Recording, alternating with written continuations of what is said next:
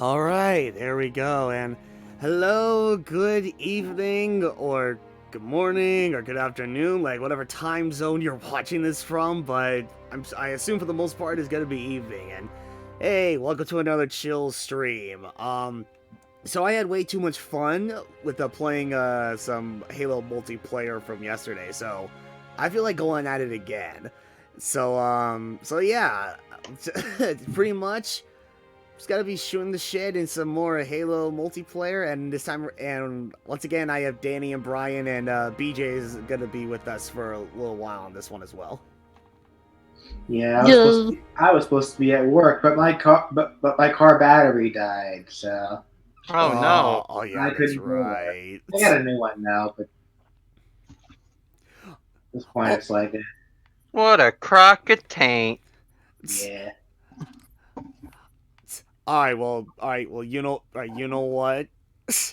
I mean, at the very least, like, thank God that it was just a like it was just a battery, and it wasn't anything worse, like say, like the whole engine or something Right. like that. Oh, It's like, yeah, that what, yeah, it's like, oh man, you have to pay top dollar for or whatnot. quite so. But yeah, it's like it's like I intended on starting this a bit earlier, but it's like with some stuff that came up on my end, I wasn't able to get this started as early as I wanted to. So yes, yeah, to some who actually care, it's like, yeah, sorry it took me just a little bit of extra time, to get it started and whatnot.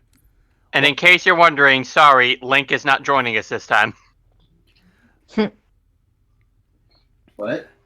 Oh, it was something from yesterday's stream. It's like at first it was Danny and I, but then Brian and Jordan showed up, and ironically, when Brian and Jordan joined it, Jordan was streaming Breath of the Wild, so we had pretty much had like commentary of like two separate games going on at the same time. Oh, well. But yeah, made things interesting.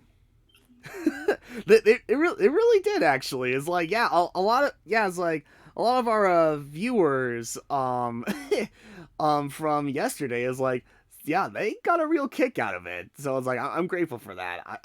I'm glad that even though it was quite the interesting, like, a multi-stream or whatnot, I guess if that's what you want to call it, like a mashup, if you will. It's like, glad to see a lot of people still had a lot of fun watching that.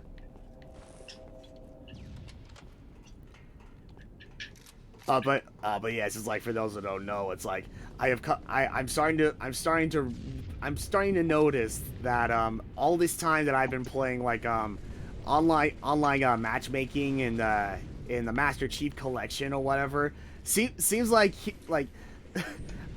apparently all the fun like happens in freaking Halo 3 or whatever. Everything else, it's like, yeah, I mean, it's good, it's a hit or a miss, really. But it's like, no, it doesn't matter how great or good of a game you end up playing, like, when it comes to Halo 3. You're, like, something extraordinary is bound to happen.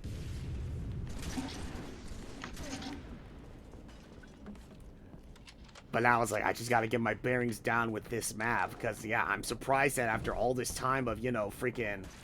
Oh, no.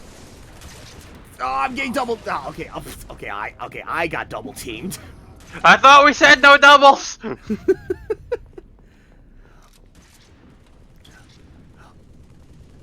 Wait. Oh. Wait, okay, hold on. I need to find a hiding spot. Hold on a second. Wait, let me quickly double check something. Is it even... Okay, hold on. Aha! There you are. Okay, 1 second. Let me change one little quick thing. Get rid of that, and that. Okay, there we go. Oh no. Wait. Oh, no. Okay, no, okay, no, it's supposed to look like that. Okay. Okay. What we're is good. it? What is Hello? it? What is it that you're trying to do? Okay, it occurred to me. So okay, I initially started setting up everything like normally, with another stream. But then I guess I accidentally clicked an option while I was setting everything up. That I guess is like it acted like I was starting up a second stream before I even started like this one, like another one prior. And because of that, it resets the URL for the browser, like when you bring out the pop-out chat. So I just basically had to copy and paste a new link, and voila. Alright, so yeah, I was starting to wonder why it was still stuck on that little little text that I posted in the other pop-out chat. It's like, okay, Oh, okay. It's like, okay, it seems awfully quiet in the chat. It's like, what's going on here? It's like, sorry guys. Yeah, it's like, I'm fairly certain I mentioned something about this, like during the last stream, but it's like, what was it? Usually, like in the past, I would try to rely on Streamlabs to bring out a chat box or whatnot, but unfortunately, that doesn't seem to work anymore. But fortunately, thanks to tutorials on YouTube, I found an alternate means of doing so. So it's like, yes, I technically have a chat box now. Still working around some kinks or whatever, and hopefully I'll make it look a bit better. But for the time being, it's like the fact that I got the main part down. That's all that matters to me right now.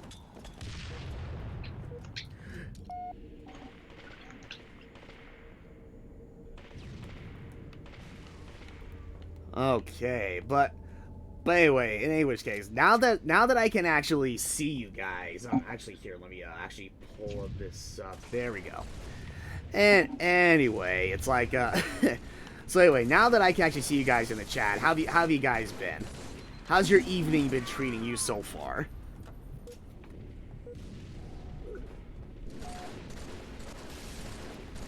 Don't be shy.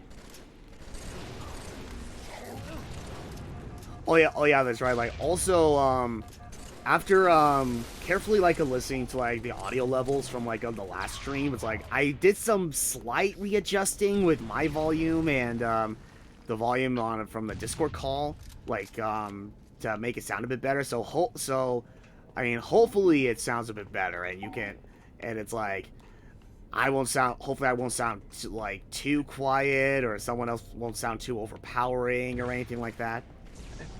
I'm gonna BRB real quick because somebody wants to talk to me for real quick. I'll get back into this as soon as I'm done there. Oh, Okay, no problem. It's all good. Do what you gotta do. Wait. Oh no! Memories. God damn it. Like, what, do we have random corpses falling out of the sky again? No. Oh. No. Oh no. I just wait. Oh. God damn. That's another thing I completely forgot to do. Okay, 1 second. Don't mind me, folks. There's a little something I gotta do for what? Ow! What the? You fucking. Okay, hold on. Give me a second, teammate. Jerk. God. I just screen share here. God. Okay, there we go. Oh yeah, that too. Done. And here I was thinking I had everything pretty much. Oh my god! I baited. Ha! I baited him. That's okay. That's okay. Oh man, I don't know if you you got a good shot of that, but this guy like just comes out of this little hiding spot right here, right? And then while he was in the middle of this hallway here, one of my teammates in a mongoose just runs him down. It's like, ha! I baited him. Also, I just noticed I'm the one with the most kills on the team. Okay. I honestly was not paying attention.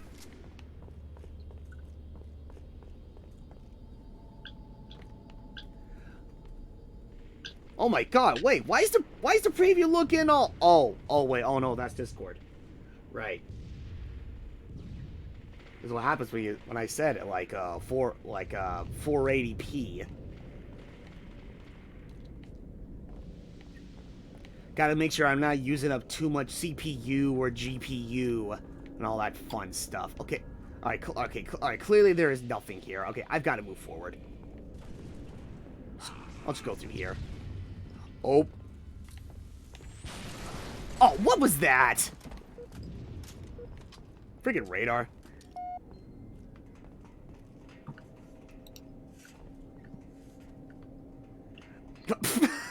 Zach. Oh, yeah. Oh, you're not going to find the skull down there. You're right. You're right. No, yeah, that correlates to something that that I was reminded of, like back in the day when I played like multiplayer on Halo 3 like religiously and all that fun stuff. Like the first like several times I played through this map, and I try to go I get up to like the upper level, like that upper balcony. I always keep thinking, oh yeah, it's fine. There should be enough space for me to jump from one platform to the next. Nope, the gap is much bigger than it looks. Darn it. Hey, welcome back. Yep. Oh, everything okay? Yeah, we're all good. Okay, good. No! Ah! Also, no, Swag Mongoose, run him James. down! Also, Swag James, I approve of you seeing the new MHA movie. Yeah, so Sophia and my stepdad saw it today. Yeah.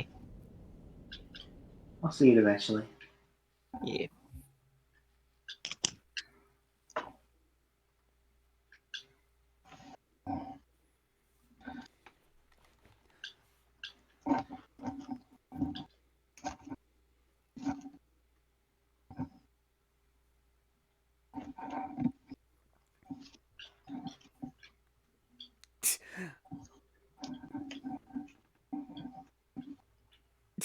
Oh yes, more raining blues. Well, I don't know. This is Halo 3 we're talking about here. Something tells me that something along the same lines is bound to happen again. I'm just saying.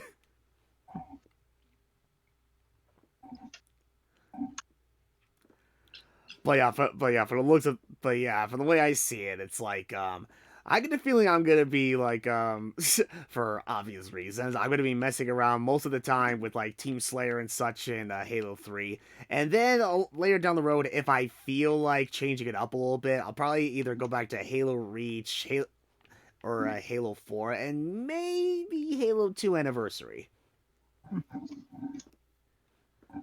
Although I will say is like due to time constraints on my end, it's like sadly this chill stream won't be nearly as long as the last one, because it's like once again I have got to get my sleep before clocking in at 6 in the morning again. Oh. Well, I mean it's fine. I mean I don't mind it really. Oh, yes. I killed You get the needler. Yeah, this is to make up for the last time I tried using a needler in the last game, but I didn't even have the opportunity to do so. Yeah, Couldn't give out your pricks. Get it. Bring out your pricks! Bring out the pink Couldn't- mist! It's like didn't get a chance to do that because we got distracted by falling corpses. Yes. You're right. It's raining, man! Hallelujah! That being said, I am already... Oh my god, I only have just like a few more needles left. That is nowhere near enough to unleash the pink mist on these foes. We need more pricks. And speaking of raining men, it's fantastic that we now have a solution to cure racism by making everyone gay. Oh, Purple Eyes WT Luffy video. Wait, Christ. what? It was... Purple Eyes made a Digimon video And Davis said that he made a new machine in order to cure racism. He will turn everyone gay. Wow. Like, okay. Like, I guess science. Yeah. It's like, finally, we can accomplish our goal and we can destroy anime. Oh, come on. Shoot. I want to at least couldn't get go one lo- kill with couldn't- another kind of weapon that isn't just hey, back off. You know, yeah, it's like you couldn't go Lara Croft. No, I could not. It's like, oh, Laura Croft. Oh man, are you, oh man, are you kidding? This is like, hey, stop, no. Ooh, I'm safe for now. I'm out. I'm out. I'm out for now, but I'll be back. Hey, no, stop. Shafashio. I just want to have my fun with plasma rifles. For goodness sake, man. The way Master Chief's arm was hanging out, it's like, dude, you're gonna leave me hanging here? Come on. Come on. Don't be a dick. Nightwolf98 says, the only Halo game I play is Halo 5, and I think that game is okay. After that, nothing else. Oh, wait, what the? What? Oh. Okay. Well, that happened. So the whole blue team, I guess got disconnected. Or something. Rage quit. Yep, so you won by default. I guess so. Yay! Do nothing to win! Luigi wins by doing absolutely nothing. And yet I only got like Just like 200 Pokemon Sleep. and I've got like very little experience for it, so I was like, oh yeah, that was more or less a waste of time. Thanks, guys. Shoot. But yeah, Nightwolf, no, that's more or less like the main gist of how like the majority of people felt of Halo 5. I mean, it's nothing terrible or any means, but I mean, it's like, I mean, gameplay wise, it's perfectly fine or whatever. I mean, unfortunately, I think like, I mean, the last time I played multiplayer in Halo 5 Guardians, it did seem more like, it's like, okay, just like, kind of like how it was with how they handled Halo 4.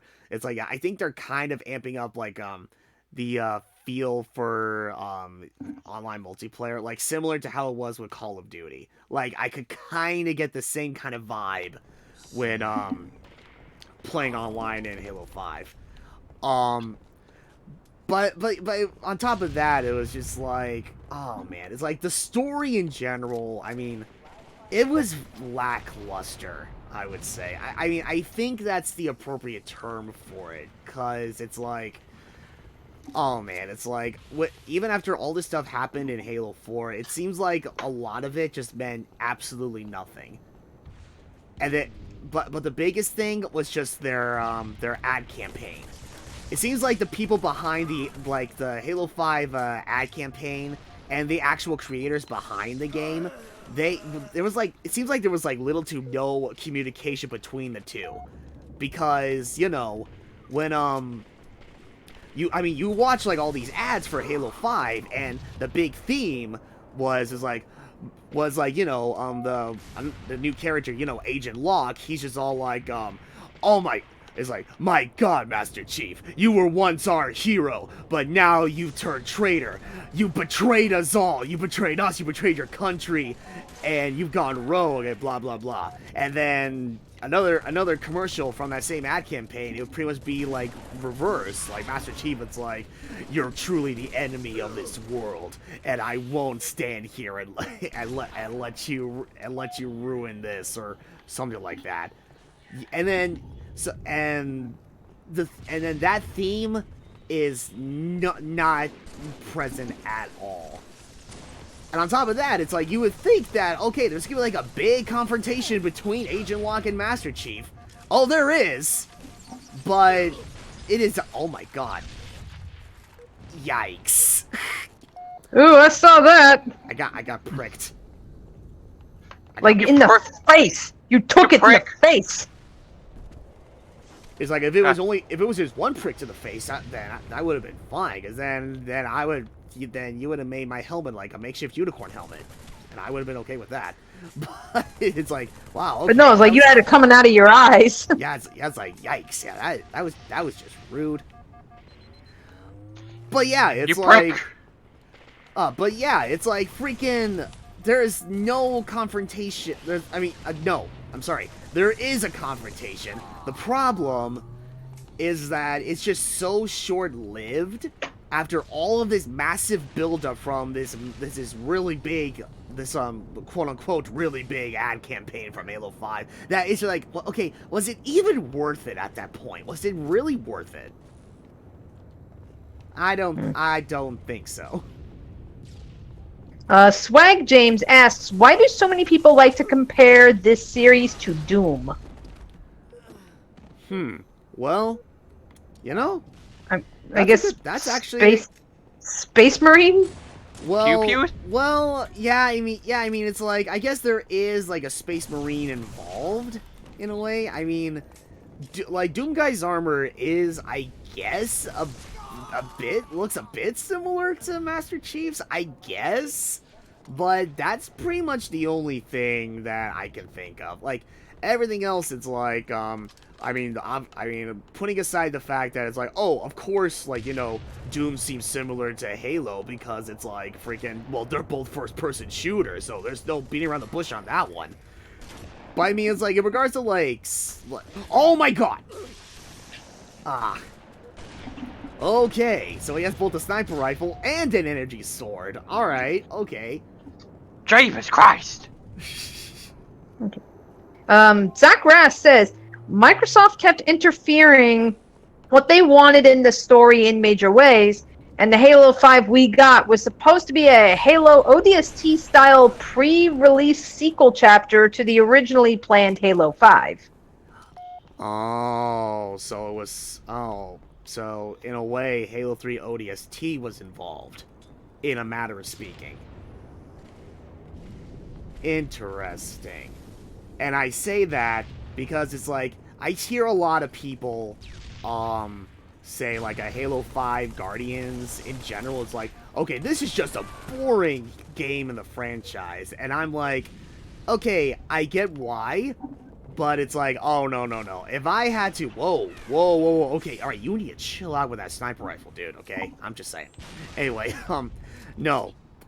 I'm just saying, I'm just thinking to myself, or just telling these guys, like, okay, hold on. I mean, I get it, but at the same time, though, okay, if I were to choose a boring Halo game to play or whatever, it's like story-wise, I mean, I give that to Halo 3 ODST.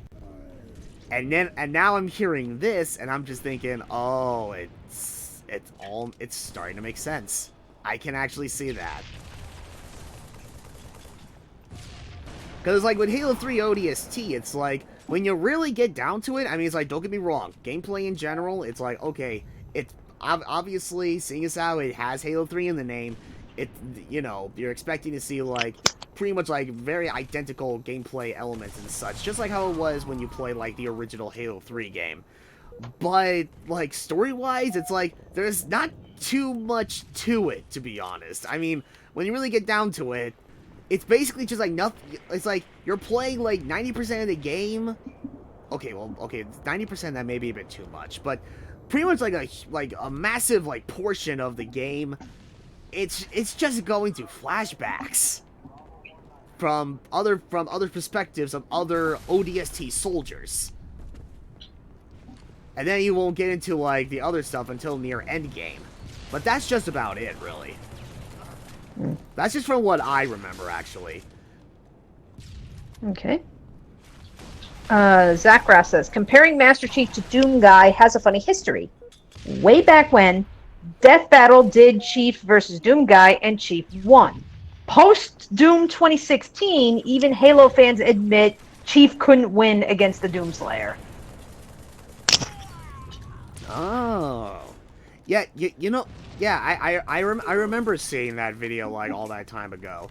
And I will say I am actually rather interested to see if they actually do like kind of like how they handled whoa, okay, I saw that. Okay.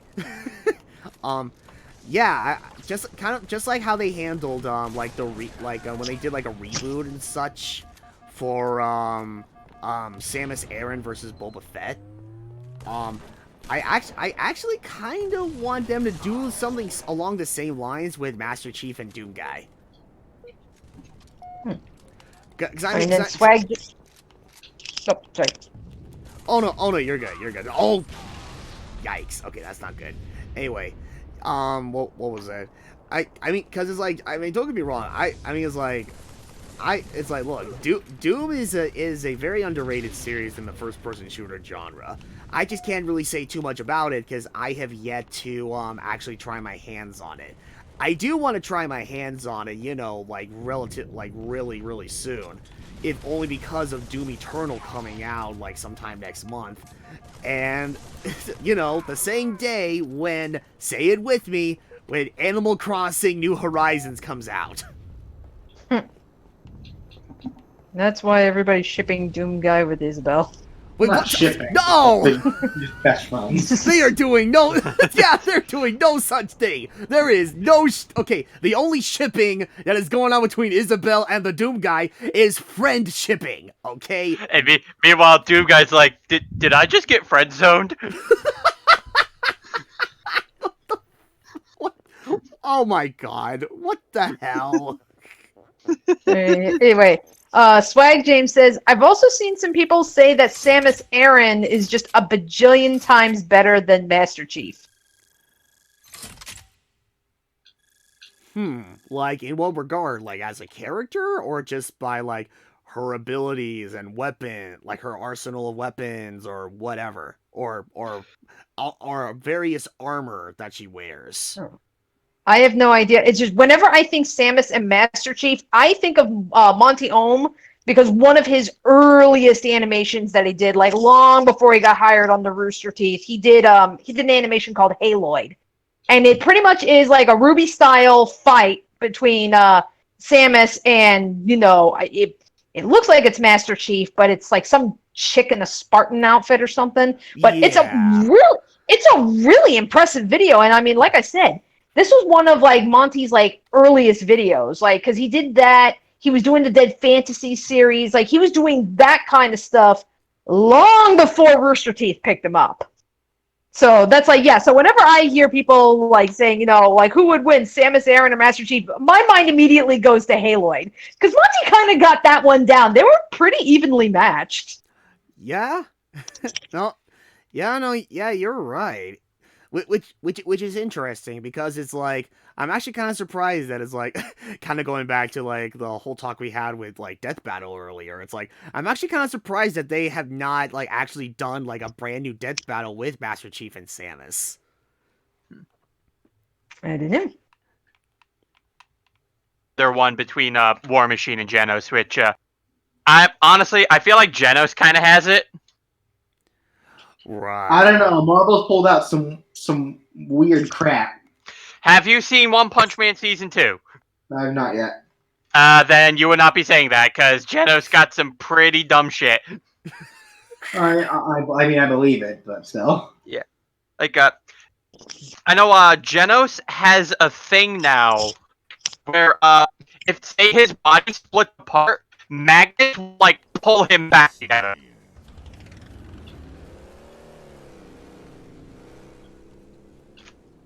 Huh. Okay. Okay, going all coveted weapons this time.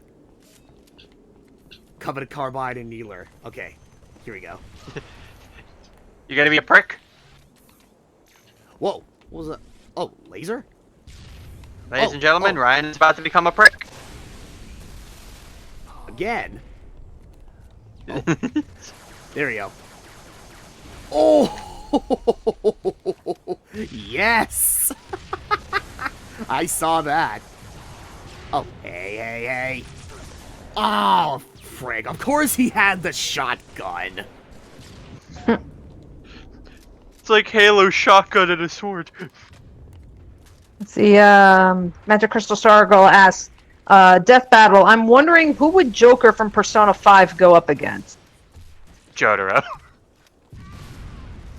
Jotaro dead. Jotaro. But plot armor. It resides in the Joestar family. Dude, fisting the North Star kind of took care of that. Oh. Well then, if not a JoJo character, then who else?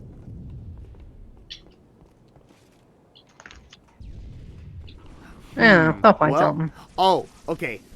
Okay, how about this? Seeing as how they both... Okay, this may sound really dumb, but I don't care. Freaking...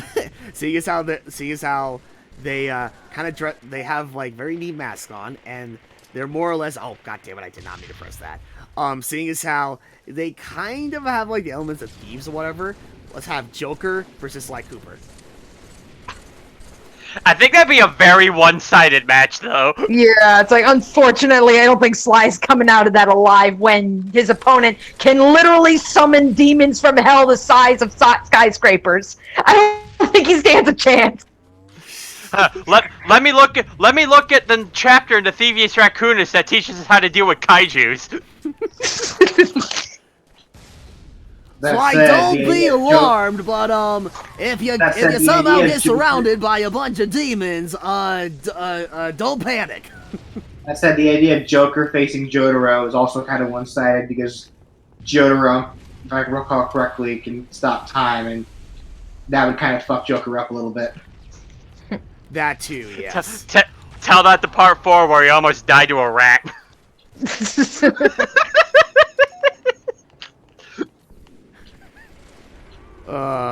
Yeah, unfortunately.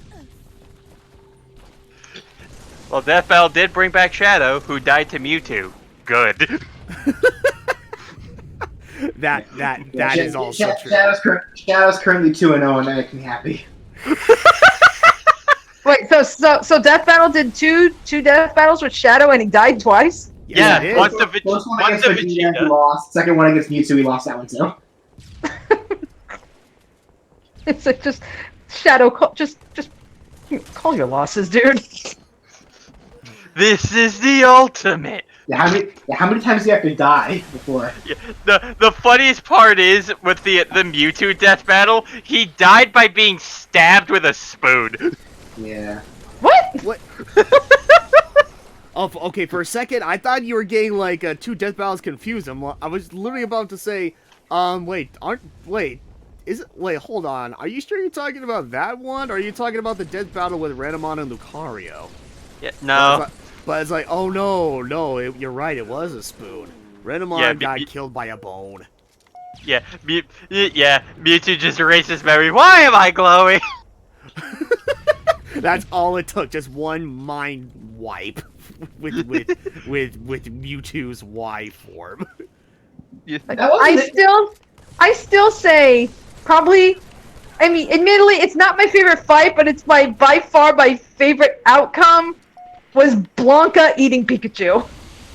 Oh, that one I was like, you know what? Okay, I didn't care about that fight or anything, but as soon as he started eating Pikachu, I'm like, that's it, best ending. Oh no, my electric mouse main. No. My favorite ending to a death battle was the one between Deadpool and Pinkie Pie.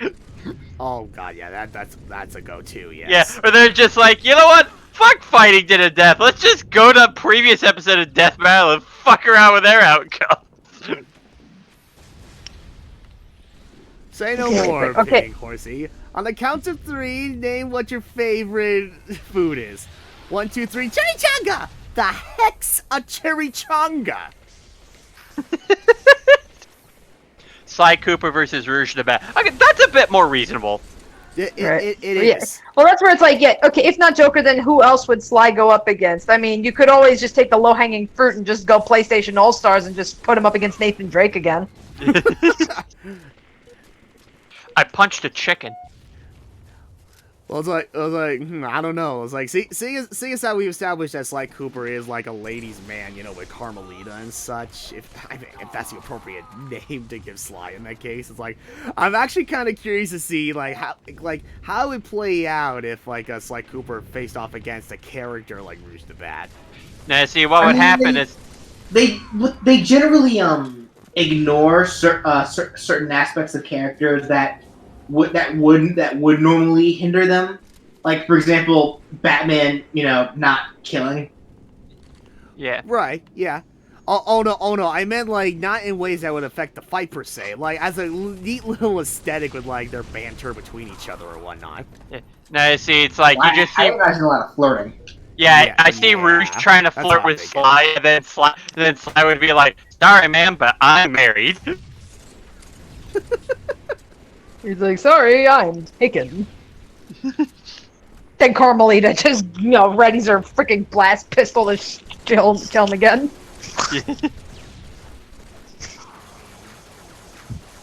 Oh yeah. Okay, that was a horrible game on my end. Oh my god. Yeah, BJ, we still need a death battle between DK and Diddy versus Wreck-It Ralph and Penelope. I think.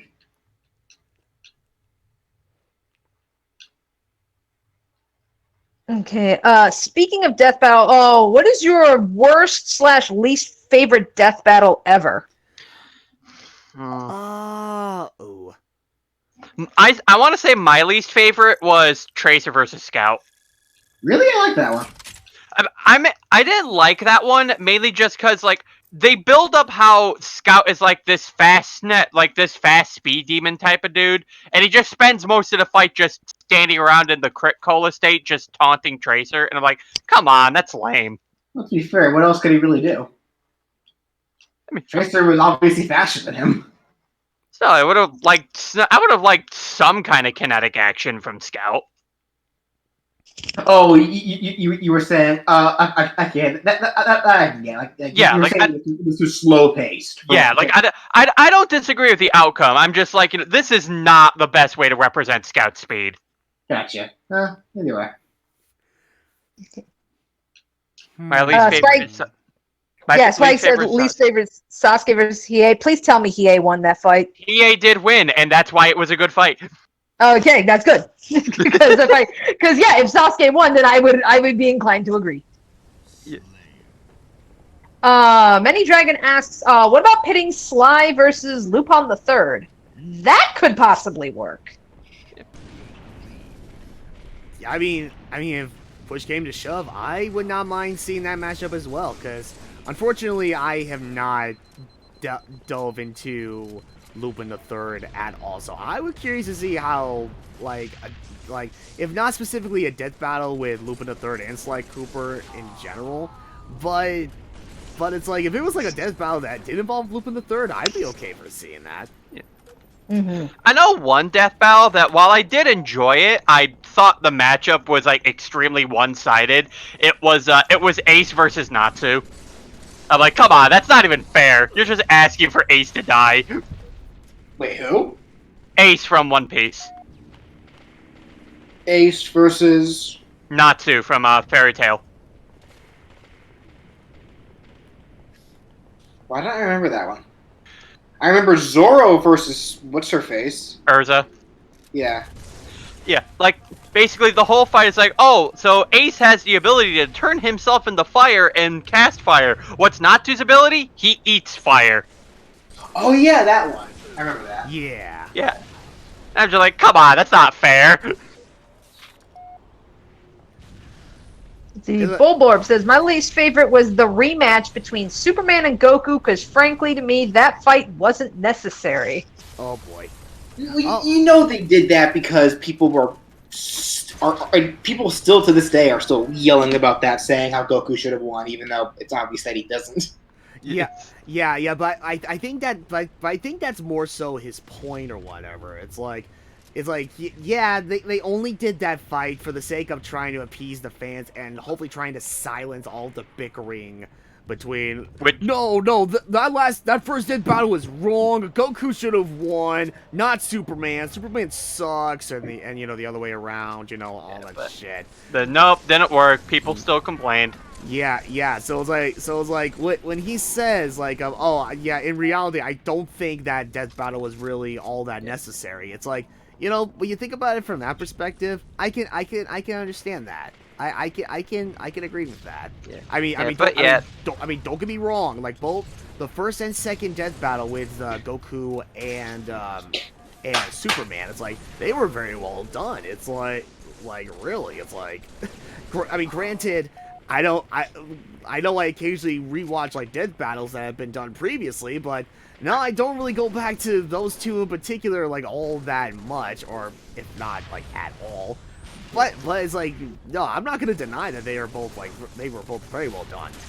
Oh, God damn it. But yeah, it's like you're not gonna please that side of the fandom because we're talking about DBZ fanatics. There are people who are actually dumb enough to think that Goku could beat Saitama.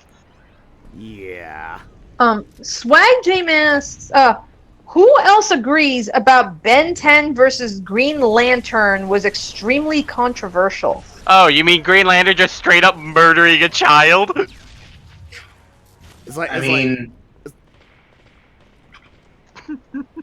I was about to say, like, wait, there was some kind of controversy going on with that death battle? Was it literally just because he killed a kid? That was it? I don't know if that was it, but I know like people made jokes about that. Like, so are we gonna talk about how Green Lantern just murdered a child? Huh.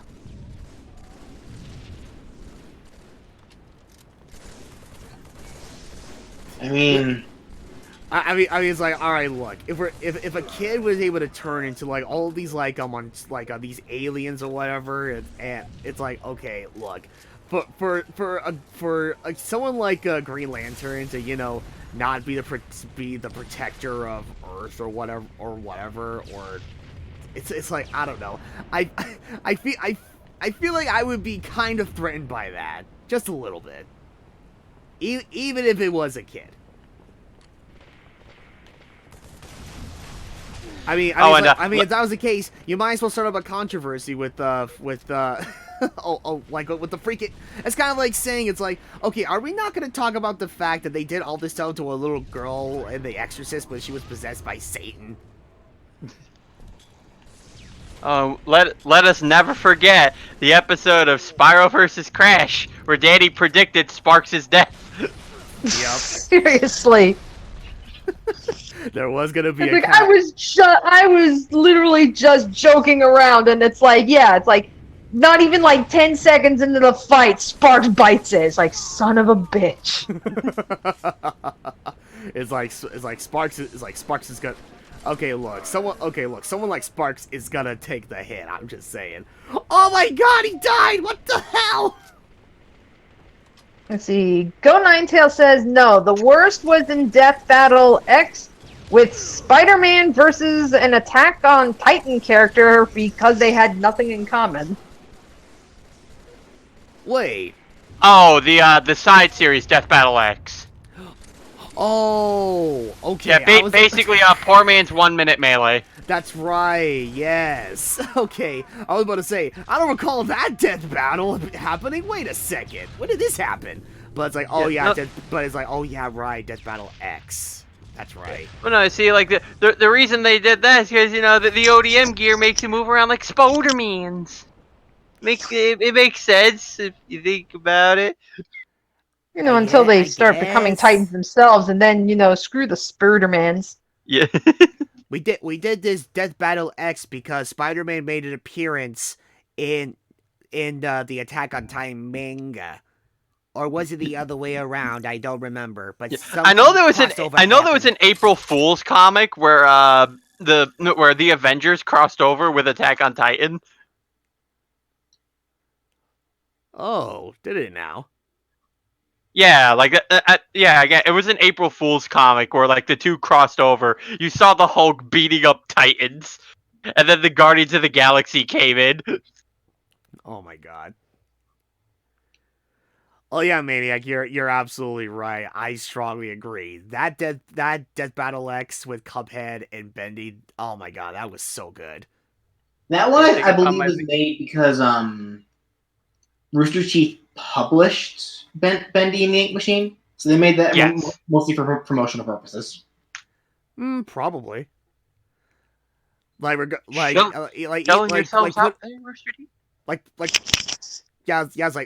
putting aside the whatever possible intention they had with making that fight, like whether it be promotional or for fun, you know, it was still done very well. It's like my god, whoever, like the animators behind that death battle, so good, so freaking good. Yeah. And then you have the one death battle that the Palutena Discord server refused to let you talk about. That's Pit versus Sora. Yep. Pit should have won.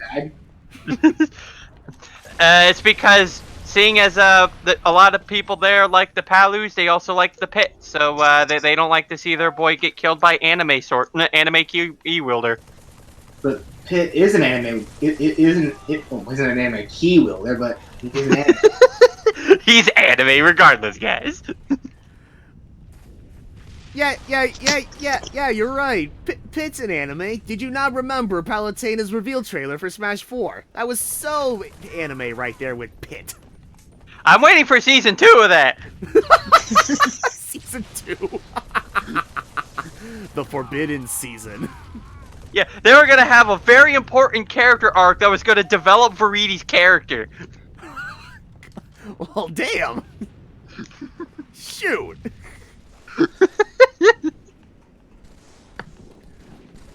Wait. Oh my god, I'm a dunce. That's right. It's like, no. Maybe if Hades gets confirmed in this match, that'll be when we get the second season. Yes.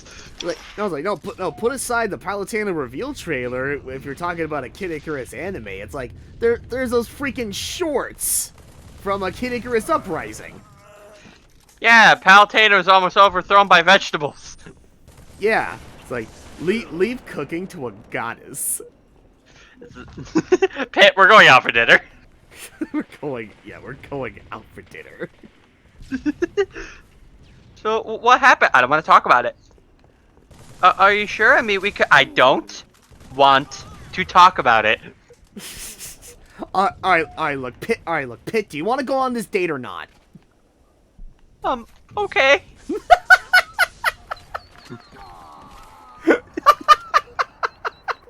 It's like, yes, ma'am.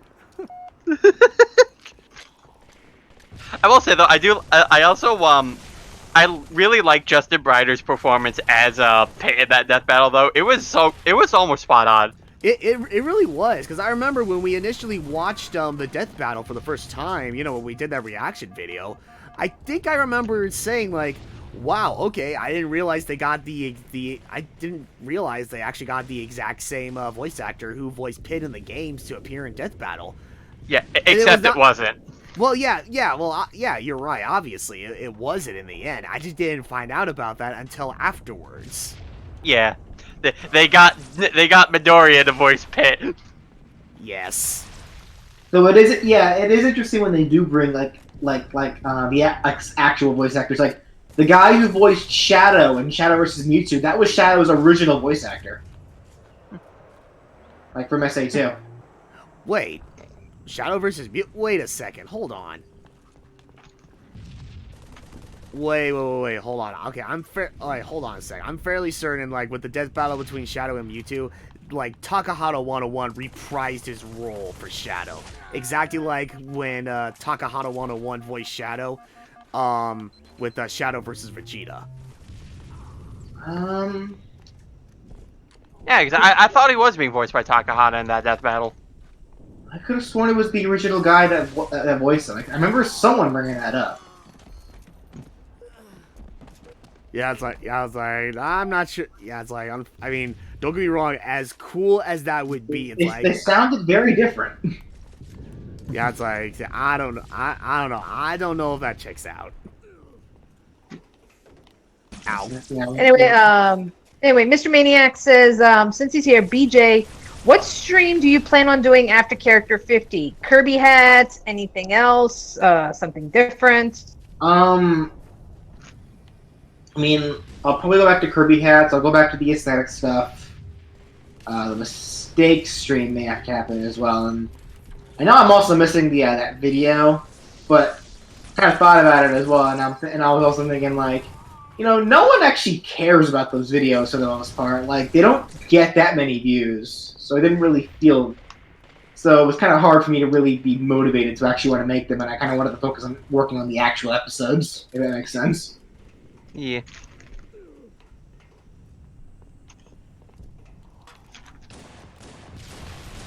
By the way, Danny, today I got my hands on a Toxtricity V card. Okay. It's it, and I've already got it in my binder. Neat. Yeah. Cardboard.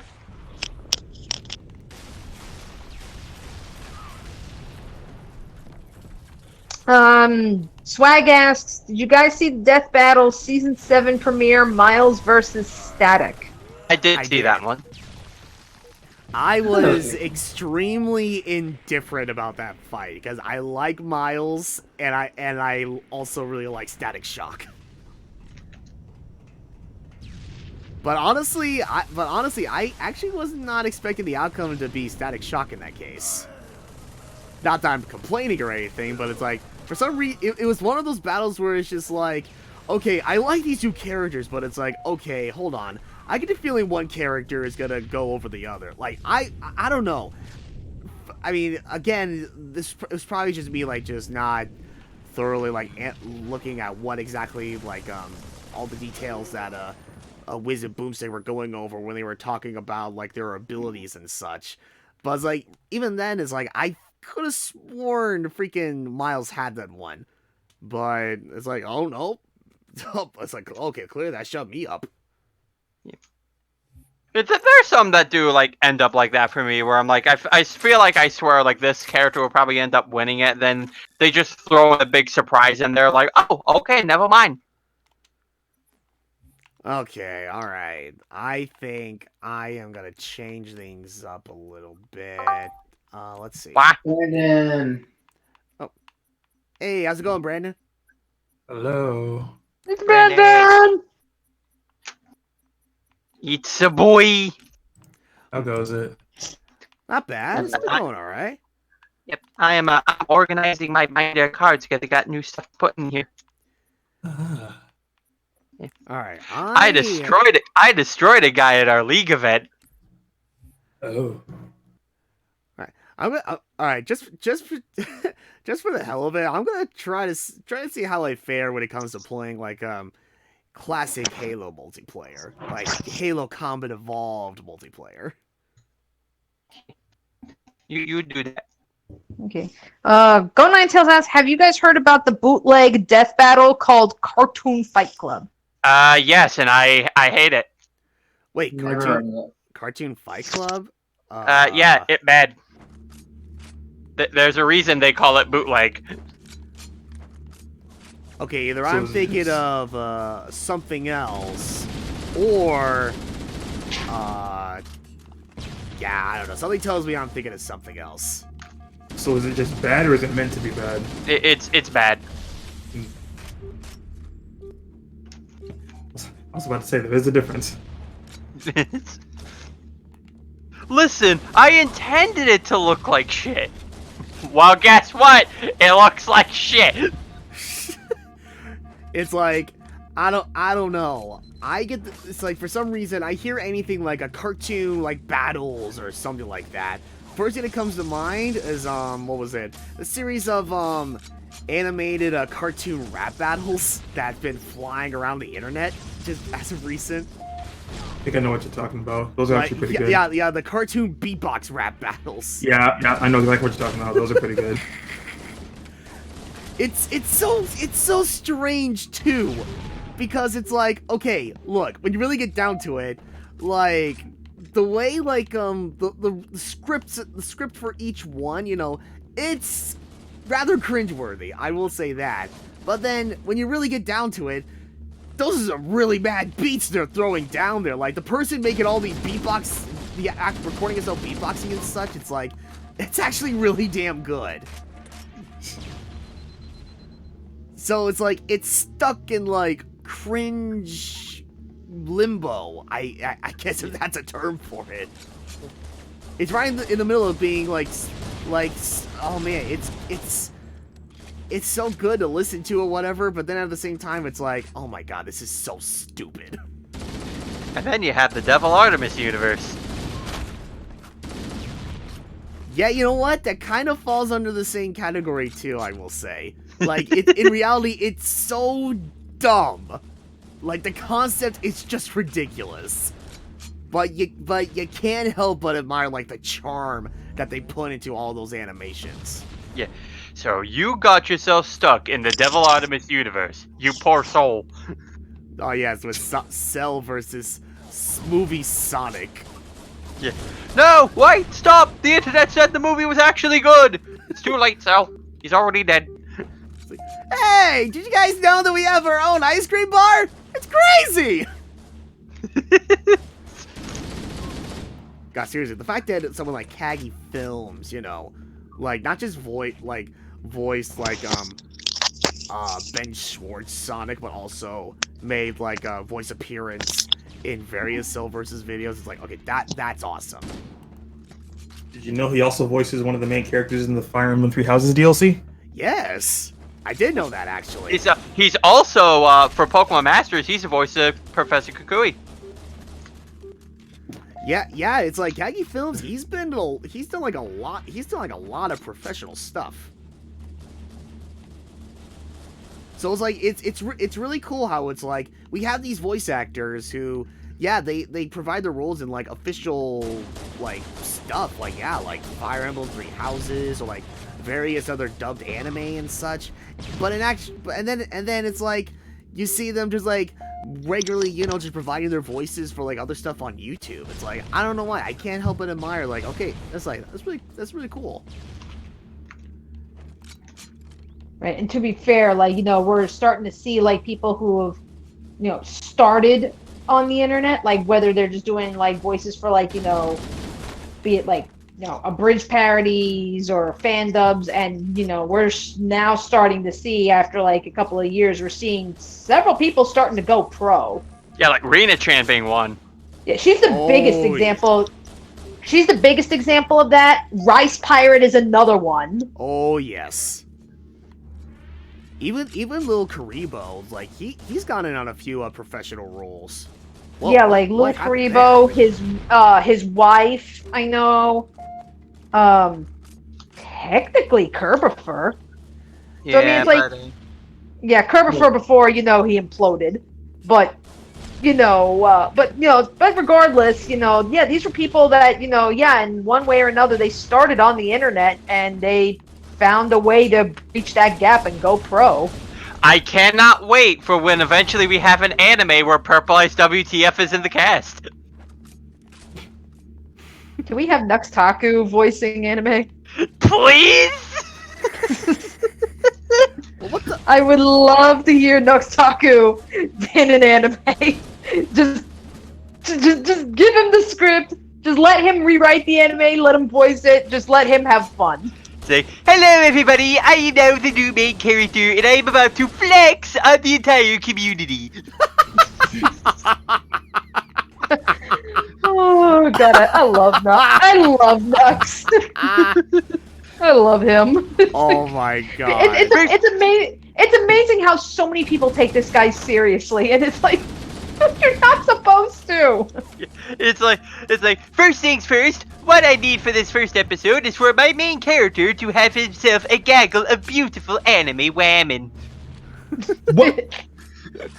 Beautiful anime women. Metal alchemist. And like, people got pissed at how he pronounced it, and it's like, you guys, he's just having fun. I love how he pronounces women. It's like calm down. Women and gentle women.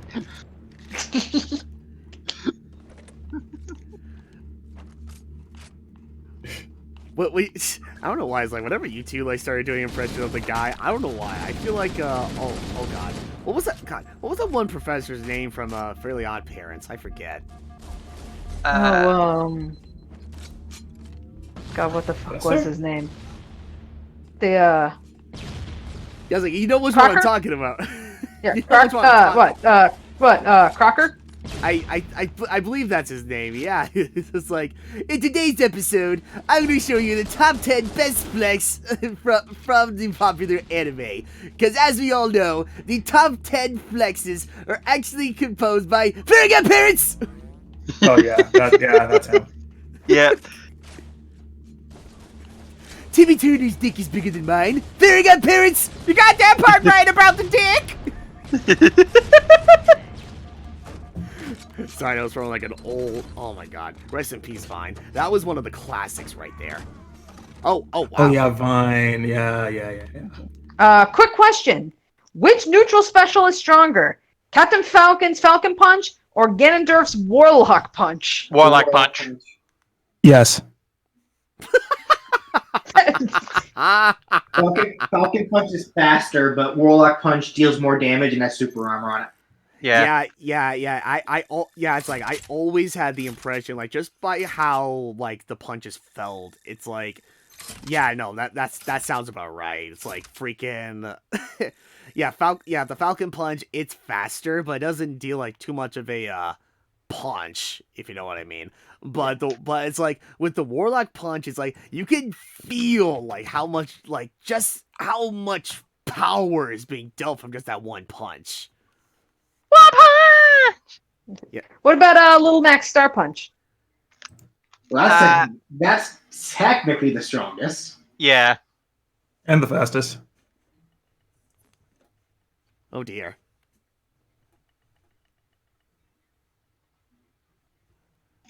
What's this? A completely different map in Halo Combat Evolved multiplayer? Oh, thank God. Yes, please. People change maps? When? Are you playing from your Xbox or your PC? I'm playing from my Xbox. Okay.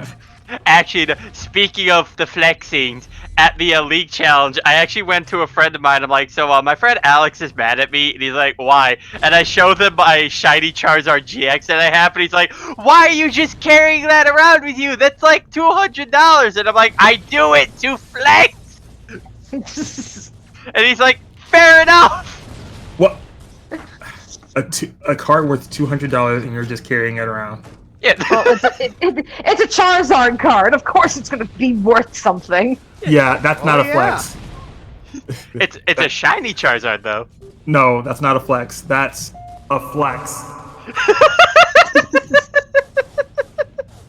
It's like, oh yeah, if it's a Charizard card, of course it's gonna be worth like God knows how much. I mean, it's like freaking, like oh god, shoot, what was that show called?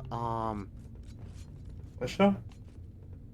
Oh no, it was oh god, it was this one show on the History Channel. It involved Pawn Stars. That was it.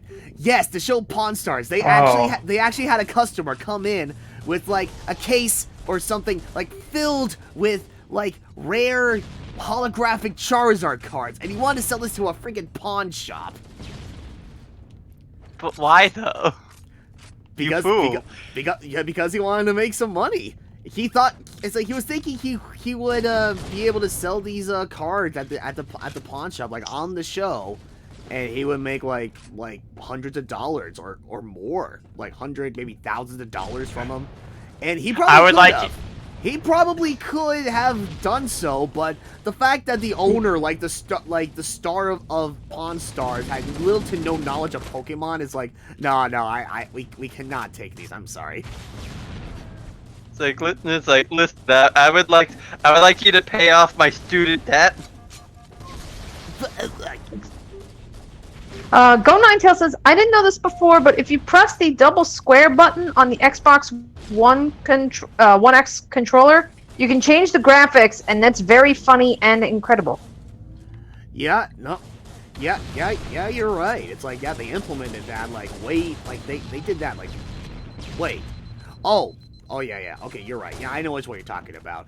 Yeah, unfortunately, you can't really utilize that feature in, like, multiplayer. But no, you're absolutely right. With Halo Combat Evolved and Halo 2, oh, yeah, you're right. If you press the, I guess you would say, technically the select button on the Xbox One controller, yeah, it can flip from classic to remastered graphics.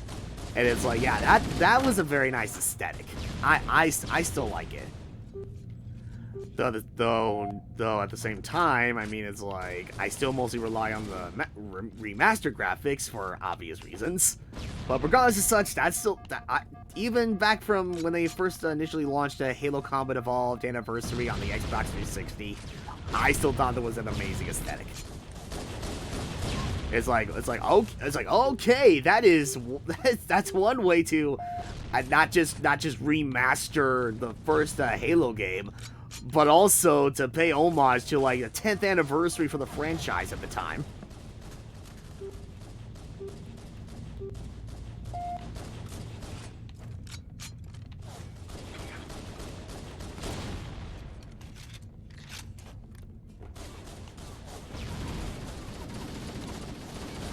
Oh god, yup, there it is. Once again, further proving that the Halo 1 pistol is truly the most powerful pistol out there. Alongside the noisy cricket. Oh no, Danny, some call me Johnny's not watching part 4 of JoJo. Oh, snaps! And he said, finally started watching part 4 of JoJo. Why did he throw the knife?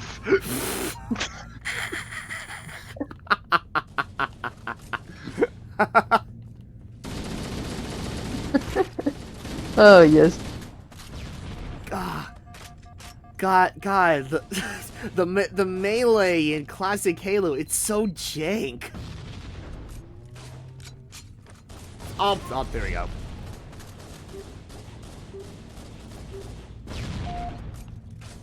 Whoa.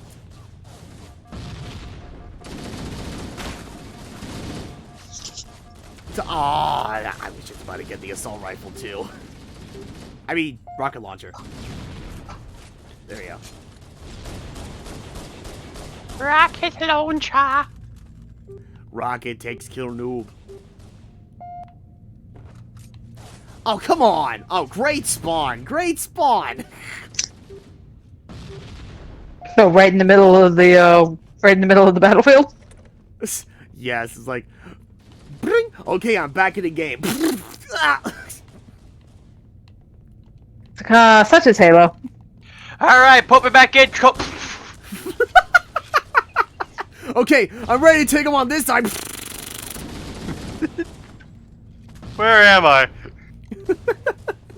Hey, listen. The way to get out of this map is you need to.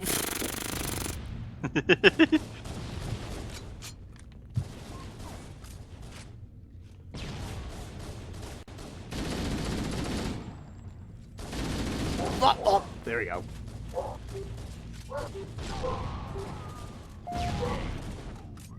Wait. Let's see. Halo or Doom? Well, Animal Crossing. Well, yeah, it's like, this correlates to what I was saying earlier about like, when we were also talking about Doom a little bit. I would throw my 2 cents at how Doom is. Sadly, I have yet to touch the classic or new Doom. So I kind of pretty much have no choice but to go with Halo on this one. Again, my opinion may or may not change when I actually do try out Doom. I actually remembered somehow, I don't remember when this happened, but I guess the Chump Trump? Are you what? Okay, nope. We're happy. Okay. Let's go with some Halo 4 SWAT. And maybe some Halo Reach too. Why not? Alright, anyway. Yeah, it's like I would need it. Oh no, it was like at one point or another, I somehow like got my hands on like the classic Doom from my Xbox 360. I just never touched it. Again, it was one of those cases where it's like I download something on my 360, but I do not remember exactly when and why. All I knew it was just that, okay, well, I have it in my library, so I guess I can't go wrong with that. Not sure if there was like a deal going on at the Xbox store at the time, all those years ago, or it was like some free gold membership game or something like that. I don't remember. I could not tell you. But it's like, yeah, at the very least, it's like, that's like, yeah, classic Doom is something I need to try out, and including the new Doom. Because I've had that on my backlog of games for quite some time, and I have yet to touch that as well, unfortunately. I have seen tidbits of it, and I have seen online gameplay videos of it, like, all those years ago when it first initially launched. It looks pretty badass. It looks like a lot of fun. Okay. Mr. Maniac wants to know, what are we going to name our islands in Animal Crossing's New Horizons? Oh god, I don't even know. Eliminate the enemy team.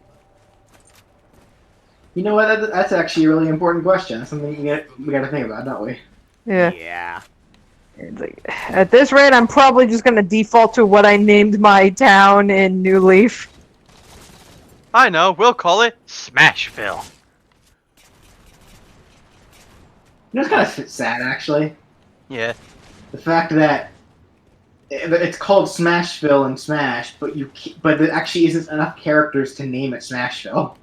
Oh. In the actual, Sakurai cheating.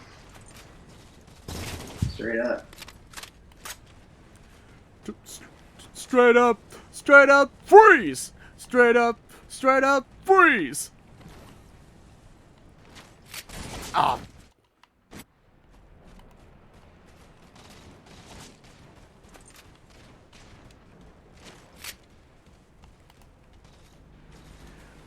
Let's see. Oh, they're coming over to this side, aren't they? Oh, unicorn! Okay, there we go.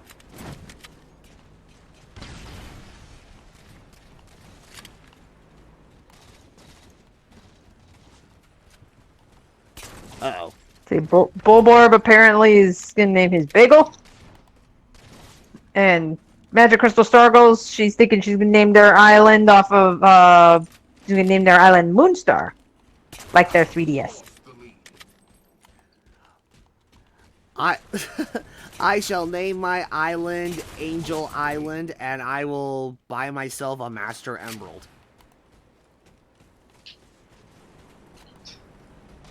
You say that, but wouldn't it be hilarious if there actually is something that looks like the Master Emerald in the game? I had a feeling. I should. And like with all the terraforming you can do, and with the ability to actually place furniture outside now, who knows? It's like, I'll be a better guardian of the Master Emerald than Knuckles will ever be! Nah, I'm kidding, I don't know.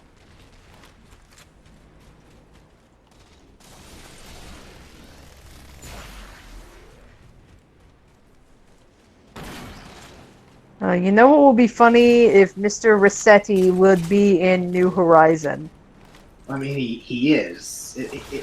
Well, he is. He's going to have a different function. He has a new job. Yeah, we don't know what it is, but they have confirmed that he has a new job. So it's like, yeah, no, we're not getting rid of Mr. Rossetti. Remember when Mr. Rossetti used to be an assist trophy in Super Smash Brothers? Those were some good times.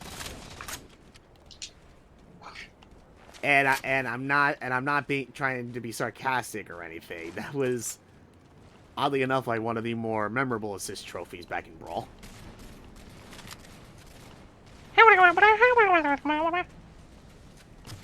What's that? You'd like one copy of Doom Eternal? Well, okay. You should. I don't think you're old enough to play this game, but now who am I to judge?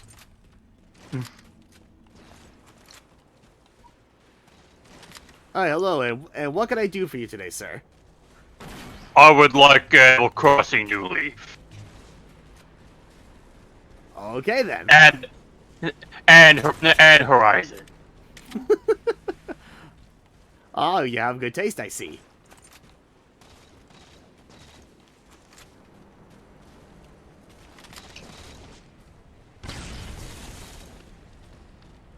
Hi there, Dark Meta Knight, and yes, Ryan is doing more Halos. Oh, I got a unicorn in the head again. Oh god. Actually, it reminds me of a couple things, actually. I remembered, oh man. I almost tried to apply for, like, a job in an open house interview for GameStop. Like, oh man. I think it was like around my first job. It was like around the time when I was at my first job, right? And, ironically, my first job was, in this little strip mall, and literally, and walking distance from my first job, there was a GameStop. So because of the fact that I, occasionally would stop by there, I guess I got rather, acquainted with, quite a few of the employees that, worked there. And then, here I am, like, at, like, one of the, pay stations at my first job. I get, yeah, one of the employees, like, stopped by to get some lunch or something, and she told me, it's like, hey, I guess she told me about the open house interview, and it's like, I was almost tempted to apply, if only because of, like, I think at the time, money was getting really short, and at the time it was like, everybody's hours were getting cut because of some stupid decisions that the company that I used to work for were making at the time. It's like oh yeah, they put out, like, they wasted so much money on all this stuff that incidentally would fall flat on its face in the meantime. So yeah, they kind of screwed us over at the time. So I'm just thinking, oh, all right, well, shoot. I guess now I'm planning to think about getting 2 jobs so I can survive. So, what was that guy? What the heck was that guy doing? Oh, whatever. But yeah, it's like, oh man, it's like, on one hand, it's like, oh my god, it would be quite a shame if I actually did work at a place like GameStop because of their business practices that they've done in the past. It's just bad. Like, I remember hearing horror stories about people who used to work at GameStop and how it's like, it's not as great as it sounds. It's not like, oh, we like how you're a gamer and you're knowledgeable about video games. Let's oh my god. Well, I don't know if you just noticed that, but that would incidentally be Master Chief's ideal down air. Okay. God damn it. Yeah. He's like, he really did like the oh man. You probably oh man. You probably would have seen it like in the playback or something, but it's like, oh yeah, it was one of those rare mid-air assassinations that you can pull off if you're lucky enough. Okay. I mean, like, you know, yeah, speaking of, like, people who had bad experiences working at GameStop, Danny, didn't you say you were like that? Yeah, I bailed after 2 months because it was bullshit. Yeah, it's like, so it's like, so when you know, for like, what was like the past like couple of years or something, when you're hearing about, like, you know, some of these horror stories, especially like, you know, with how they were really pushing the pre-order sales, and you know how pretty much like, pretty much like you're, you know, whether you succeeded or not depended entirely on whether or not you can sell pre-orders, and it's just, there's even I had some horror stories. Like, I had I think probably this was the point when I realized, you know what, fuck this place, I'm out. Was the GameStop that I was working at? It was one of those. It was a GameStop in a mall, and they worked with another GameStop that was like a, you know, like a mile away or something that was nearby. So occasionally, like, if, you know, one store is short on people, they'll send people from the other store to cover. So there was a day where, you know, I was asked to go to go work at the other store. The other store was so disorganized. I mean, like, you know, not for nothing, the store that at the mall, we tried our best to at least, you know, keep things organized, you know, even to the point of like alphabetizing all the games. This store did not do that.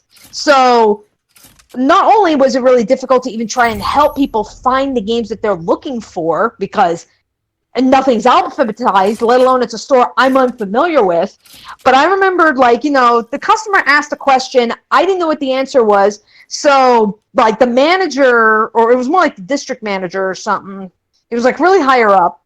You know, he was in the back, and I just wanted to ask him a quick question. I said, you know, hey, I have a question. I don't really know how I can help this customer. Yeah, this manager literally, he pretty much looked back at me, like glaring at me, and he was just like, don't ever walk in here and bother me again.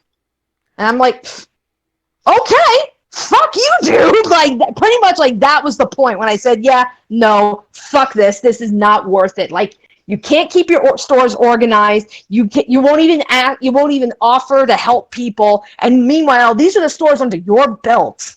And you know that you have people that are not familiar with your store. They ask you a question, and you basically tell them to fuck off. I hope you fucking fail. Wow, that sounds like my supervisor. Yeah, so that's where, like, yeah, pretty much, like, yeah, I was like, after that incident, that's where I'm just like, yeah, I'm giving you my 2 weeks notice. I'm out. This is bullshit. SWAT. Yeah, no, that's ridiculous. Yeah, so that's where, yeah, that's why it's like, I have very little love for GameStop. I mean, it's like, you know, anytime I hear these, like, stories and about how, like, you know, stock prices are dropping, stores are closing and shit, it's like, the day just can't come sooner where GameStops just go away. I hate that. I hate them that much. That's like, just go the fuck away already. You know, we can get our games elsewhere, let alone at better prices. You're not needed anymore. Online retailers are becoming the go-to place for getting video games now.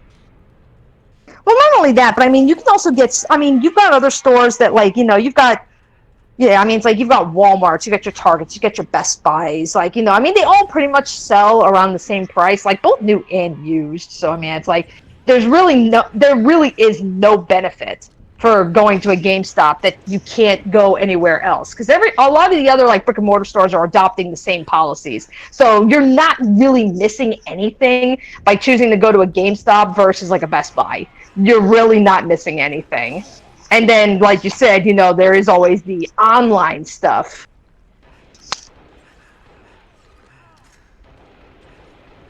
Oh yeah, especially seeing as how, you know, like Amazon, it's like, oh yeah, if you're lucky enough, like, they go nuts with like great deals on like games or gaming accessories in general. Mm-hmm. Well, I mean, that's like how we've just even gotten to the point now. I mean, that's like, I'm sure maybe this varies, like, you know, depending on maybe where you live. But I mean, seriously, like, for the past, like, pretty much, like, since that, you know, the brief 2 months that I worked at GameStop, I've never really pre-ordered games anymore. And I have had no problems getting games on day one. Like, even games like, Smash, which you think would be sold out like crazy. I was able to walk into a Best Buy day one, pick up a copy. So, I mean, it's like, you know, so again, I know that for a while that was a big thing with GameStop. I think they were the ones that actually started that, was where you can pre-order your game and that guarantees you a copy.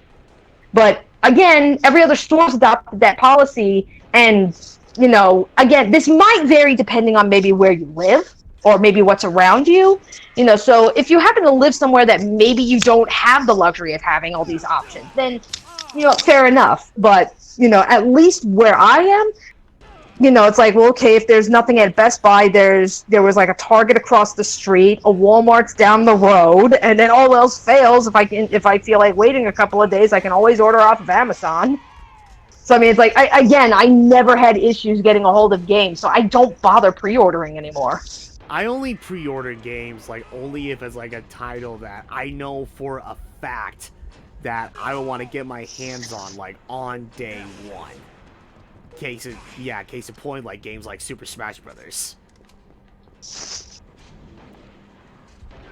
And now it's like, thinking about it now, I think I also did the exact same thing with Halo 5 Guardians at the time.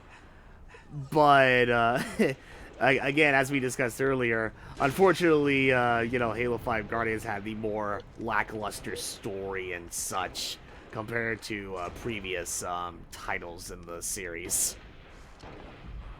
Okay. But Let's yeah. see. But I was just saying that. Yeah. Okay, you go on.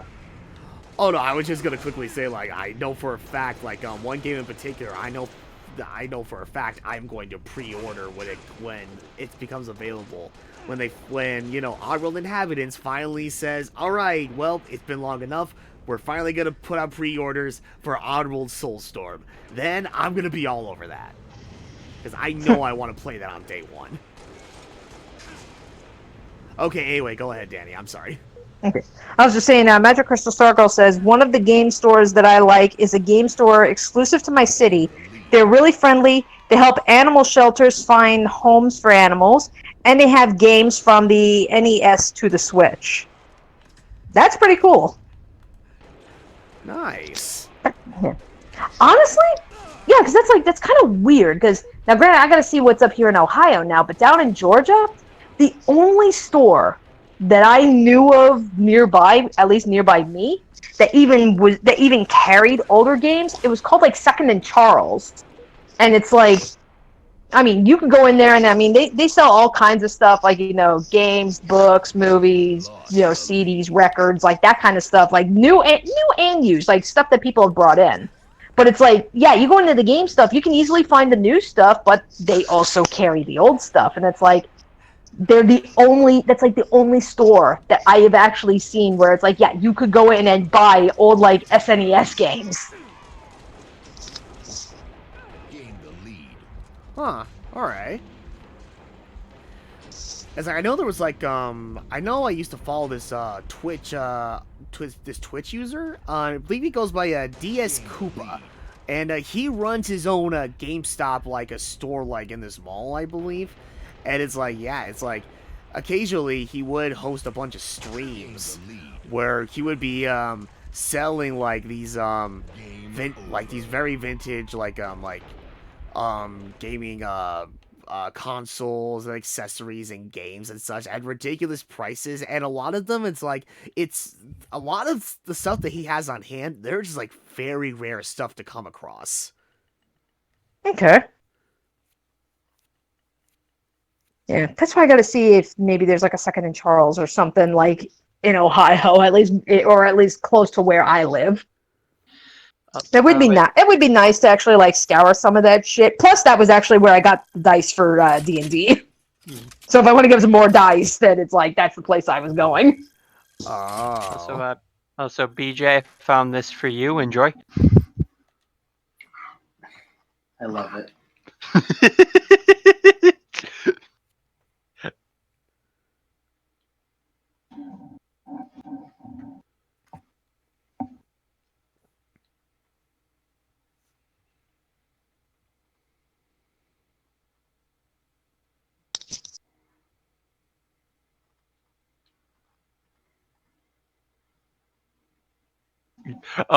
Oh, geez, this poor Growlithe.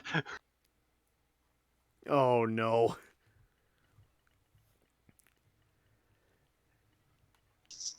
Oh god, did he suffer? Did he go through the exact same thing that one Growlithe did in Pokemon Snap? No. Worse. Oh no. Oh no. SWAT.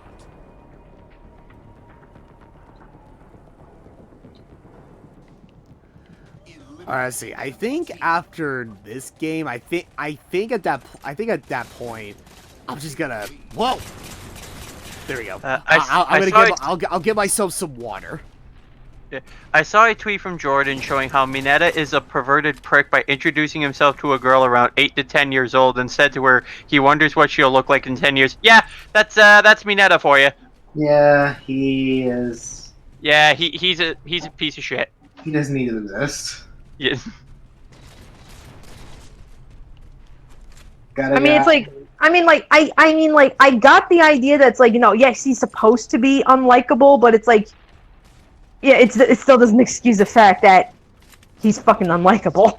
Yeah. Look. I mean, it's like, it's like one of those things, like, like, you ever see, like, stories or something where, like, they'll like, conveniently point out, like, tropes and shit that they're, like, and, like, it's like, just because you recognize that, like, your story may be, like, cliche, doesn't excuse the fact that your story is fucking cliche. You know, you don't get brownie points just for pointing it out. Yeah.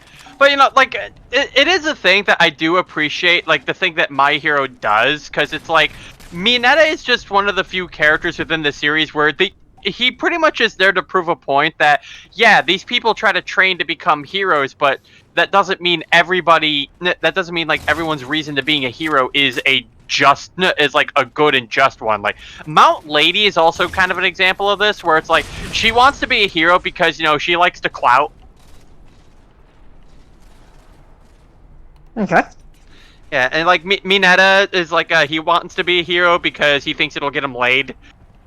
Like it's supposed to showcase like, yeah, like the hero society isn't as black and white as you make it out to be. Some of them aren't as ideal of a hero as you'd hope them to be. Like, not every one of them can be an All Might where it's like, yeah, he's a hero, but he's a hero because he generally wants to be a good dude. Well, the way I see it, at the very least, if there's something I can appreciate with how they're handling Mineta, whenever he does something bad, he always gets called out for it, or punished for it, like near immediately. Yeah. The way I see it, generally a lot of shows that have a character like that, they play it for laughs, but then there's no consequences for what they do, which could very well, give people the impression of, oh, this is just funny, or it's okay, or whatever. But with Mineta, they do this, and they make it very clear that, no, this is not okay, nobody likes this character, and that'll very quickly give people the impression of, oh, okay, so we shouldn't be doing this. Cool. Yeah. Like in the episode, like when Ashino was showing people that, oh, look, check me out breakdancing, and Mineta's like, why are you wearing a short under your skirt? And just Gaku's just beating the crap out of Mineta. It's like, would you stop being such a creep? Or one of my favorites was when Mineta's like, did my ears deceive me? Did I hear that the bathing rooms are all on the same floor? They're separated by gender, and you'll behave yourself. Yes, sir.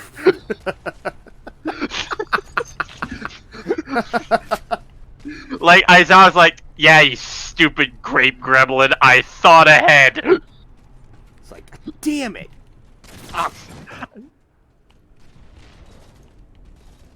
So Aizawa, you like your kids? No, I hate all of them. One of them's some dipshit grape gremlin who can't control his libido.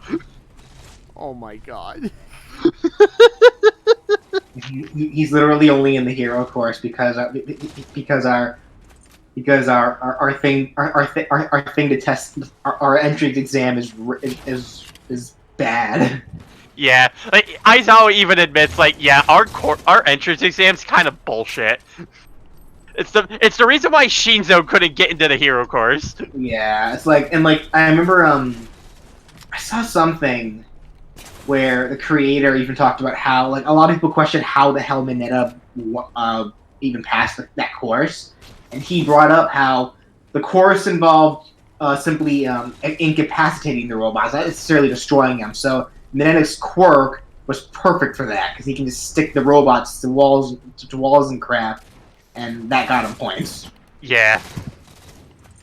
Just out of curiosity, did they like do anything to develop his character, or is he just here just to be the series punching bag? Well, they kind of have something for him in like the second season. Like he actually does have to go against the ultimate battle of controlling his horny behavior when he has to fight his teacher Midnight. Midnight, he was literally a dominatrix.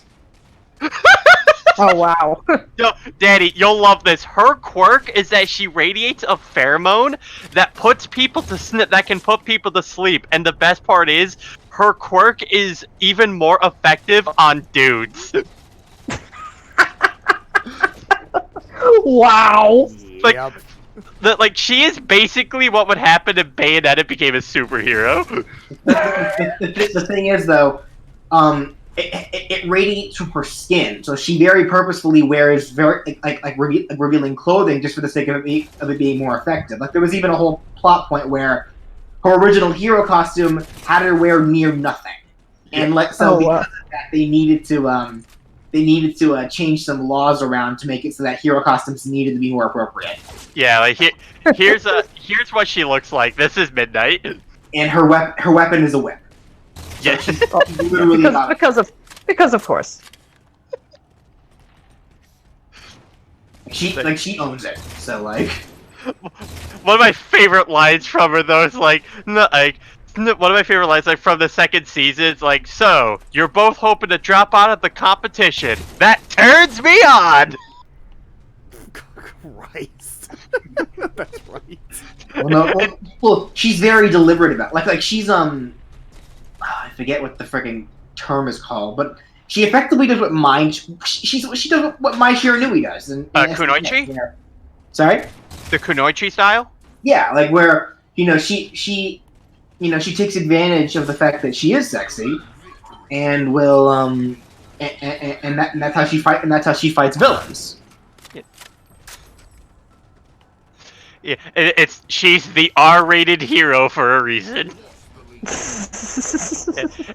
And yeah, this is her original outfit. Gain the lead.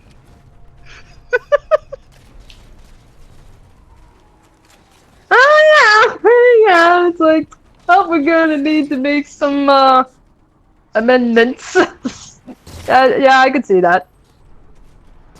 Game over. Victory.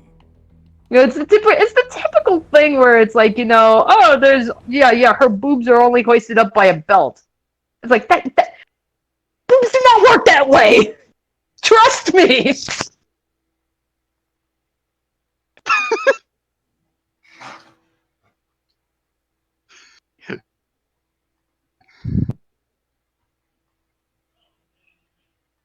So Bayonetta and Midnight walk into a strip club, Oh god. Oh no. and then the strip club blows up.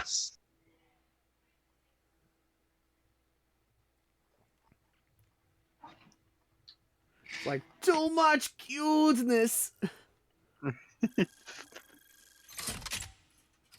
Also, daily reminder that Uraraka has a flip phone because her parents are too poor to afford a smartphone. Give this girl a paycheck.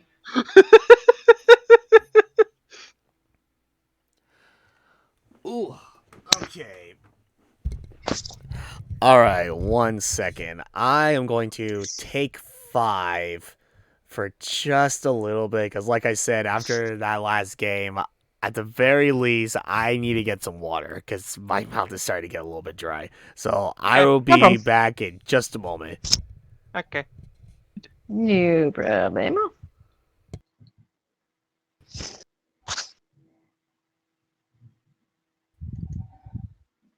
Oh, okay. So, in the spin-off manga, My Hero Academia Vigilantes, she had another costume when I guess she was training to be a hero, and oh god, it's even worse. Oh wait, hold on. Show this one to me. I haven't seen it. I gotta see this. I posted it. God. Wow. All right then. Like, you're tapping into your inner Kamina, are you, Midnight? Seriously, it's like she's got the Kamina glasses. She's wearing like the jacket and a belt that's her underwear. It's like, wow. It's like, God damn it. Oh, horror cushy. This is so fucking dumb. What's sad is that there is a character currently, like one of the main characters in the current Class 1A of the show that kind of has a similar problem, though. It's not that she's shameless about it. It's that she's a little more unaware. It's Momo. Yeah. Because her power involves her being able to create literally anything inorganic from her body, so long as she knows the composition of its makeup. So her costume involves her wearing very little as well to make sure that she has enough space to be able to create it. Yeah. That being said, there is nothing stopping this woman from getting into a plane and creating a fucking nuke.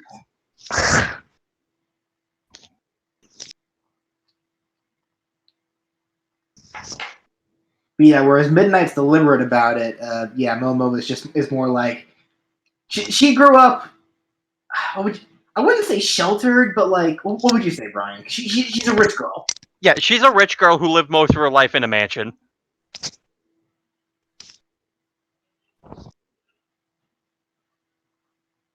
Which is really sad because, like, I was watching the newest dubbed episode with Jordan, and and Yairozi got to the point where she's like, yeah, and I'm not exactly sure what a fun house is. I'm like, oh, Momo. Okay, and I'm back. Yeah. True thing, isn't there a character where her superpower is the fact that she's invisible, so she Yes. literally is walking around naked? Yes. That's literally her whole deal. Though she does wear clothes on normal occasions, but her normal superhero outfit is literally just gloves and boots. it's like Which, I mean, to be fair, until they get Incredibles crap happening, like not much else she can do. Yeah. right. It's like, I got him. What the? Uh-oh. Mr. Snipe, you pervert! I'm sorry! I didn't mean to do it! There's lots of invisible jokes that they make with this poor girl. Like, literally, like, there's a joke where Todoroki like nukes a bunch of villains with his ice powers, but he did not realize that she was there and was like, oh crap, I actually gotta kill her.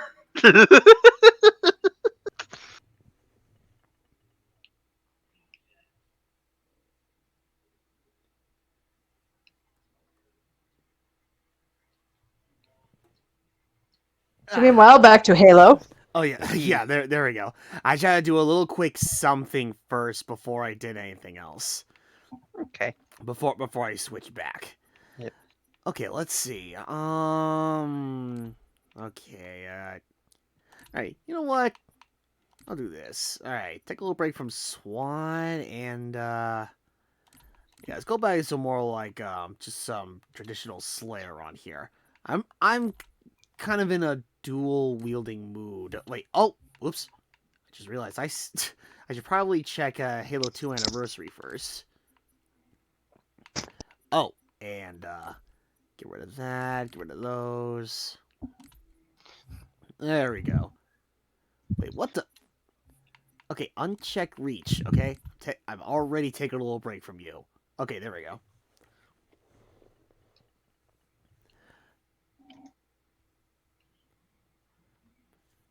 Alright, anyway, I'm sorry. You were saying more stuff about My Hero Academia characters?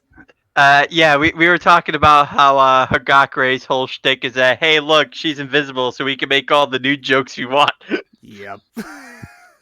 God damn it.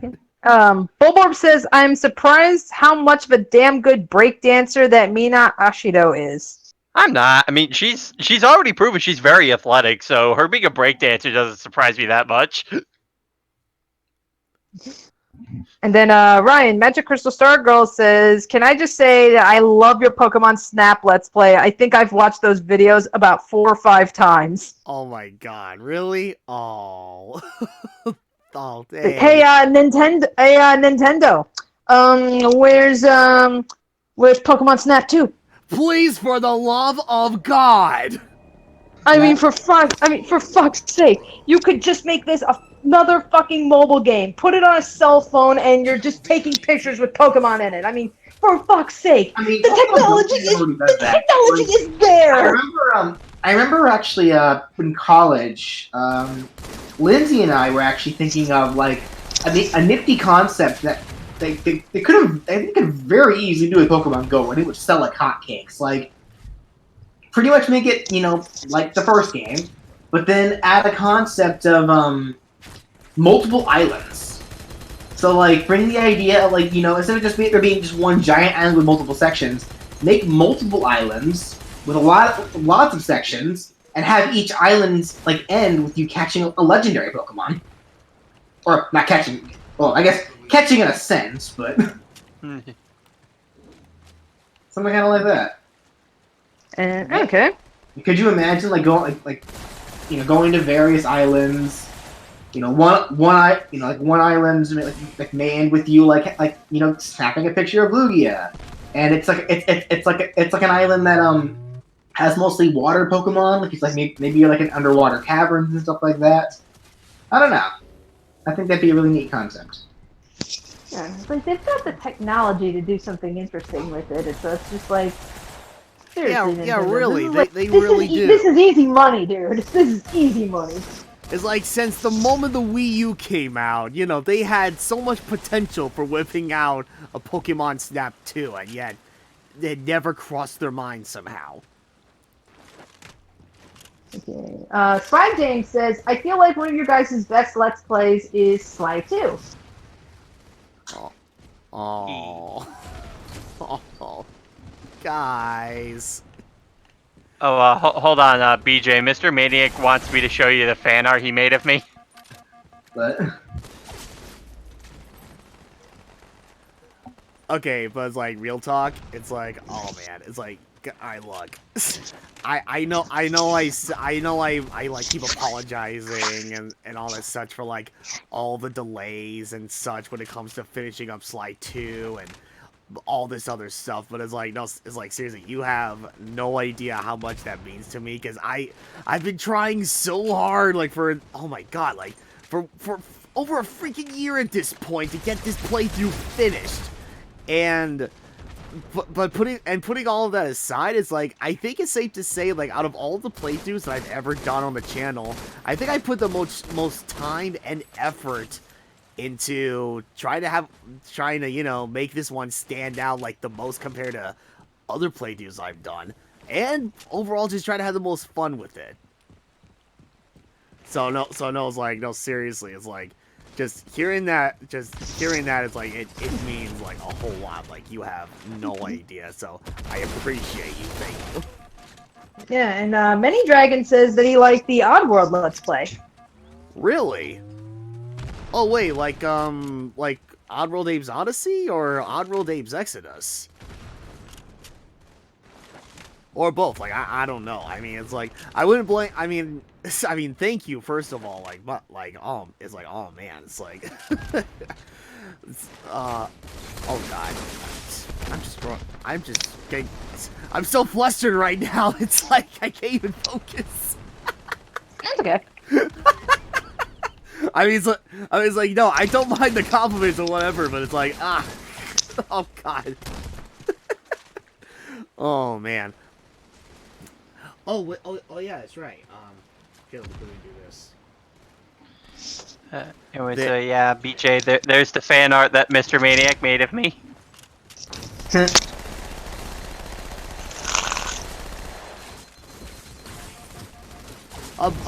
But yeah, it's like with the Oddworld Abe's Odyssey playthrough, it's like, I know at the time it was fun and all, but it's like, again, it was the first one I ever did on the channel or whatever, like all those years ago or whatever. So it's like, oh yeah, there was so much that I probably could have done better, like in general with that one. But I mean, I guess it could have been worse or whatnot.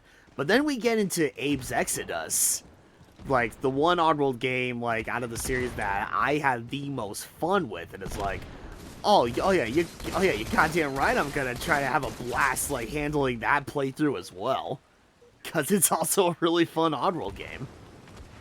Alright. Yeah, Many Dragon says, actually, I do like both of them, but I died laughing when you keep slapping that poor guy. It's like, all right. So you find a Mudakin who is pissed off, and now you gotta say sorry for him. Then you slap the Mudakin. You just slap the Mudakin. You just keep slapping him in the face, and he'll get better. Just slap the Mudakin. And okay, I'm sorry. All right. To be completely honest, here it's like I think at that point I was just being stupid or whatever. It's like that. See, those are the many moments. That's what I mean. It's like there are some certain moments like throughout like a lot of my playthroughs where it's like I'm just trying to have fun, as much fun as I can while putting these things together, and those were being one of them. I know some people, like, they say, okay, if you're gonna be doing a joke on a Let's Play or whatever, you probably shouldn't make the joke like in post. Like, don't have the game like, don't set up the joke like in game first and then pull the joke like in post or something like that. I don't know. See, that's the thing. It's like I can see where people are coming from, but I don't know. One of my favorite gags I've seen you do, Ryan, was that freaking ghost mission in Sly 2, and you were finding the little gags for when you take the photo of the ghost, and it's like you were just doing. You referenced JoJo, you referenced Pokemon Snap, you referenced like Night of the Werehog. That was a whole pre-planned joke that you did, and that was one of the funniest ones that you did. Oh, thank you. And then BJ wondered if you did the Wolverine one. You're like, fuck, I forgot about that. It's like, Ryan, you fool! It's like okay, come on, that was like the memes to memes. Come on. It's like especially the Pokemon Snap joke with that one, where it's like, it's slightly off center. Fuck. It's not center of frame. Fuck! So that's Pokemon Snap for you. Yep.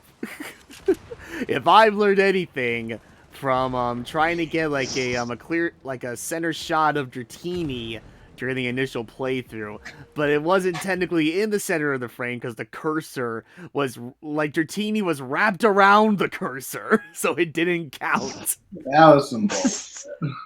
Yeah. It was bullshit, but oh my god, it was so. I look back. I occasionally go back to that one moment in the playthrough. I still cannot help but laugh because it's like, in actuality, it's like it's funnier because it's like, BJ, you fucking called it. It's like, okay, just watch it not be in the middle of the frame. What? It's like, shut your whore mouth. Okay. Alright, Crystal Star Girl says, also, I forgot to say this in the last stream about Sly. One of the ancestors you would have met was either Slyton Common or his son. Sanzaro even had a full script of it done. Oh, well, oh yeah, when you were talking about the supposed DLC that they were going to add to Sly 4. Okay. Yeah, it's like Slyton Common, like, yeah, that was a no-brainer.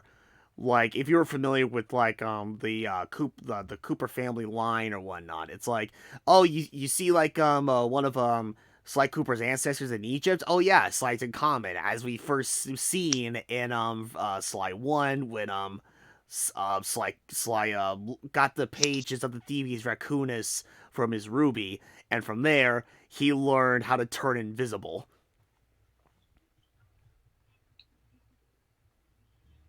Like I would have gladly taken a Slyton Common level over the Bob level. Like seriously, like in Sly 4, like that whole section with Bob was probably like that was by far my least favorite section of the game. So it's like I could have done without that one. Danny, I'm gonna send you a link that you can look at like when you're able to. But the recent episode that just dropped for the English dub, we got the official English voice for this current arc's villain, gentle criminal, and my god, the voice they chose for him is actually perfect. Okay. Like, it is the perfect amount of ham and class. Who's the voice actor? Hold on, I need a... His name is John Gramillion. What else has he been in? That name does not sound familiar to me. Hold on, let me look up his page. He's Dracula Mihawk from One Piece. Okay. Yeah, he's that guy, like, I think near the beginning of the series, who did that one deathmatch against Zoro. Oh yeah, that guy. He's apparently he's in Food Wars as Roland Chappelle. Yeah, it's like I still gotta get around to watching Food Wars. You know, funny you say. It's so interesting that you say that, because it's like I remember like the last time I was looking around like a Crunchyroll, it's like I see like they're just advertising the living hell out of like the latest season of like Food Wars, and I just kept thinking, okay, this is definitely Danny's alley. I just know it, because it also reminded me of what was it? I actually stumbled across like one episode of the English dub, like last summer when I was out of town as for a little quote unquote business trip, because I was doing a training week for my new job, and I stayed at a hotel the whole time because I didn't want to drive like back and forth for like 5, 6, 7 days in a freaking row. Yeah, understandable. Oh yeah. Okay, so I'm also looking on his behind the voice actors page. He was in Panty and Stockings with Garter Belt, and he voiced Coctimus Prime. Coctimus Oh my Prime! god! Yes! Yes! Oh my god, yes! God, that was one of my favorite episodes of Panty and Stocking, was that Transformers parody. I am Coctimus Prime. The voice actor, the dub for that was just so good. Oh, my name is Maxitron, and I've come to make this world my bitches! Dude, this is awesome! Oh, apparently he was in Xenosaga the animation. Okay.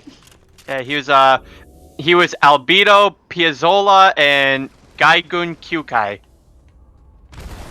Okay, I know who the first guy is. I don't.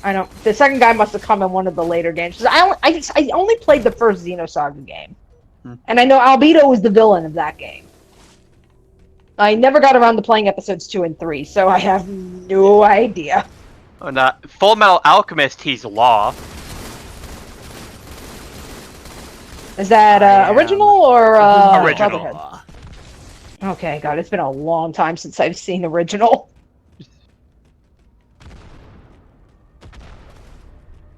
And yeah, that's all the ones I think you guys would recognize. Okay. Okay, but, suffice it to say, he's been in a fair amount of stuff. Yeah. Okay, that's good. Yeah, and now he's back as this posh, pretty boy who goes to commit crimes against establishments for not being polished and pretty enough to expose them to society as the animals they are. Oof. In that order.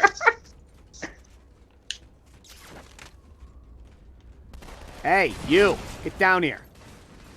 I know you see me on the radar. Come on. Come on. Haha! You fool! You fool! You fool! I have 70 alternative accounts! God damn it. Funny enough, I just, like, earlier before I even started streaming, I was just, rewatching, like, the first, behind-the-scenes, series that they did, when they did, like, the behind-the-scenes recording session for, the real-time, Sonic Adventure 2 dubs. And then, I was in the middle of watching their, real-time fan dub of a Resident Evil 2. Oh no, I made a terrible decision. Nope. Nope. Nope. Man, Ah, what madness are they gonna bring when they do Sonic Riders? I have no idea. Yeah. Mini Dragon says, random question, but with how good the Sonic movie did, do any of you think we will get a Sly movie? We were supposed to. Yeah, we were supposed to, but that got quietly canceled. Because Yeah, like because of Ratchet and Clank. Yeah, it's like seriously, like they put out such a good reveal trailer for it, and that's all we got out of it. And it's just like, no, damn. Yeah. It's a real damn shame too, because yeah, I remember seeing that trailer like for the first time when it was first launched. I was at a friend's house, like out of state or whatever, and we're just just shooting the shit, playing Borderlands 2, and then we take a break from it. I hop onto YouTube. Lo and behold, there's the official reveal trailer for the Sly Cooper movie, and it's like. Those two are like my buddies are just like, okay, all that seems pretty cool. I was the only one who was like legitimately like excited for the movie to be a thing. My God, this guy still has the sword. My God, like I figured his sword would lose power by now. God damn it. Oh well, whatever. Oh, for God's sake! What is this, Breath of the Wild? 5 minutes remain. Quick, get Jordan in here. Let's do another multi-stream. Pizza Hut, let him go home. Pizza the Hut. Yeah, Pizza the Hut, let him go home. Victory. Speaking of Pizza the Hut, I remember it's like my dad when a while back, like a couple weeks ago, I believe. My dad and I we just finished catching up on like all of the Star Wars movies. Well, okay, well, not including Episode 9 because it was still in theaters, but the ones you could see like through like a Disney Plus or like on DVD or TV. We just finished like catching up on all like up to like Episode 8 and such, including Rogue One. And then afterwards, my dad was he reminded me of like how we saw Spaceballs together, like when I was at a younger age.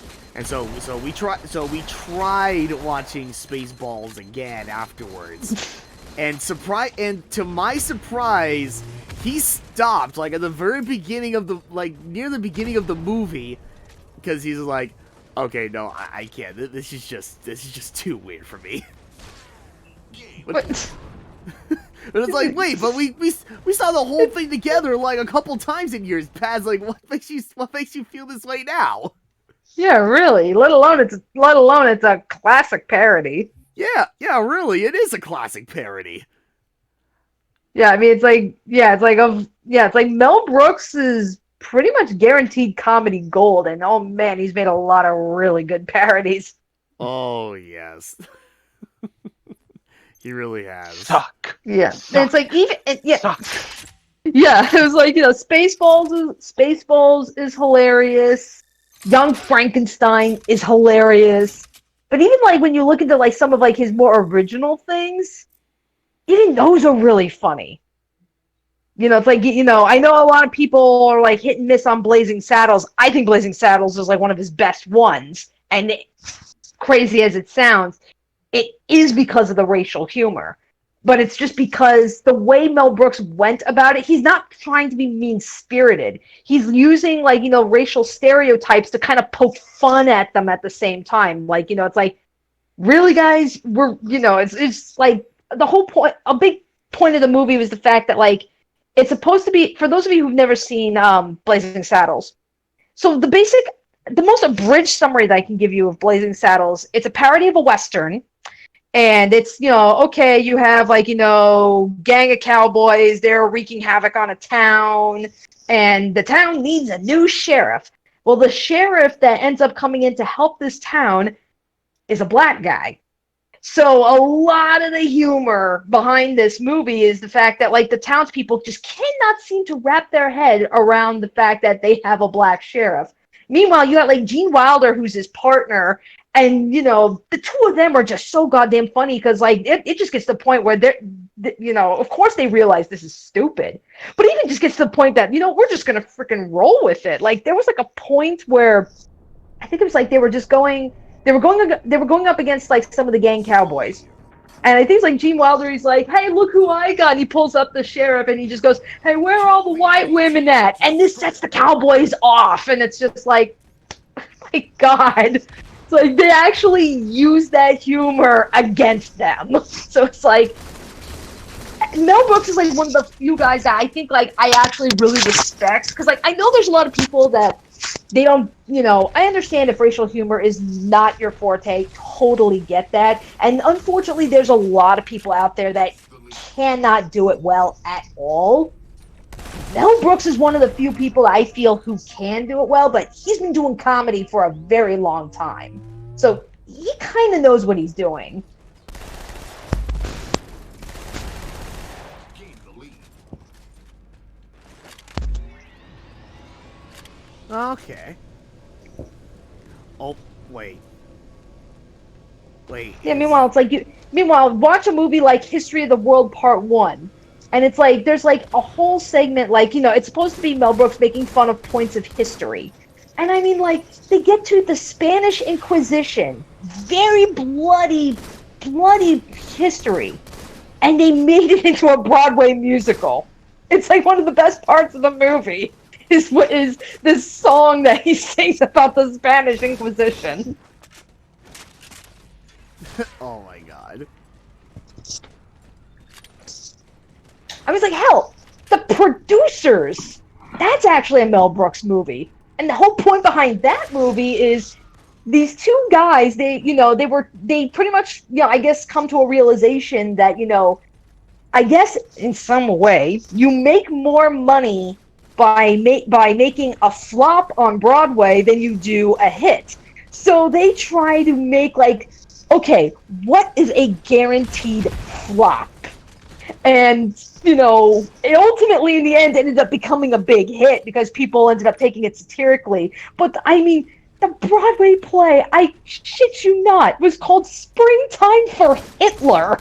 They made a Hitler Broadway show, and it becomes a hit in this movie, and they're like, we picked the wrong play, we picked the wrong director, we picked the wrong guys, we did everything to try to disgust people, but everybody took it satirically and they loved it. And they're like, where the hell did we go right?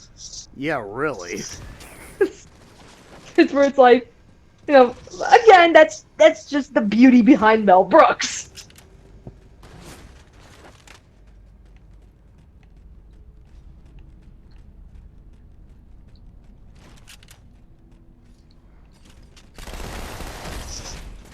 Oh, for God's... Oh, okay, there you go. It's like, oh, great. Oh, what? Is this going to be a recurring thing now? He's just going to be, like, camping in that one spot right there? It's like, alright. Sure. Next time I see him, I'll just try to throw a grenade in that one spot from a distance. See how that goes. Gotta love campers.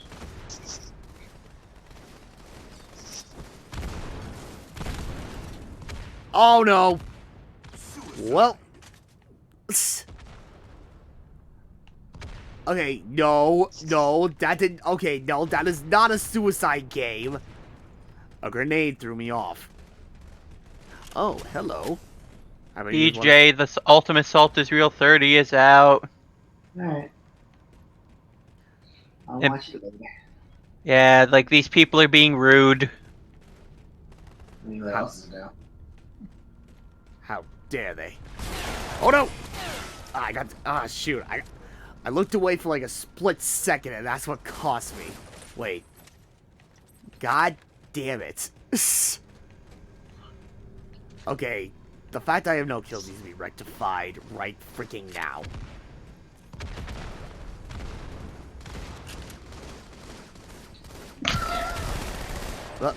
Well, then again, I probably would have gotten some kills, but the last few quote-unquote kills I have received, they turn out to be nothing more than assists, which is bull. Have any of you seen Dracula Dead and loving it? I think I saw it a long time ago. I haven't watched it lately. Yeah, I can't say I have seen that movie either, unfortunately. Yeah, like, well, because that's another Mel Brooks parody movie. That's Mel Brooks making fun of Dracula. Oh, I see. Okay. I guess it was just one of his many parody movies I have yet to see. Oh no, that's not good. No! Oh, for God's sake.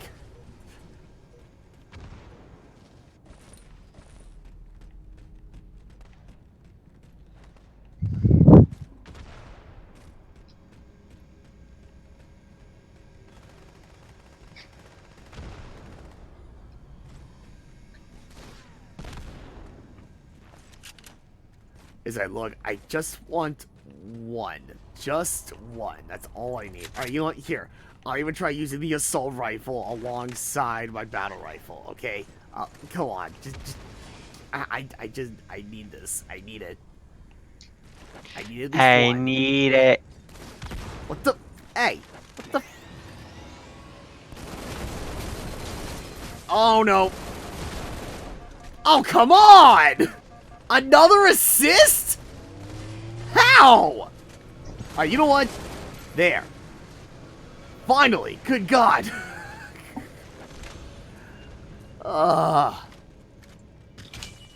See, go. Alright, game, go ahead and count that one as assist, why don't you? Huh? Never mind. No, you didn't. Oh my God. And it seems like the game just could not let me, you know, actually look up.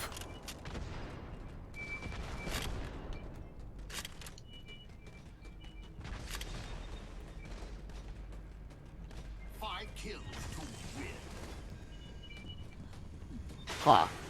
Okay. Oh wow, that was fast. Here I was thinking that we were getting cooked, but all right. Nope, we take those. Oh. Ah, shoot. I didn't think he had enough trajectory or distance to actually, you know, get me with the rocket launcher. And unfortunately, it seems like it's the exact same guy who was camping before in the exact same spot.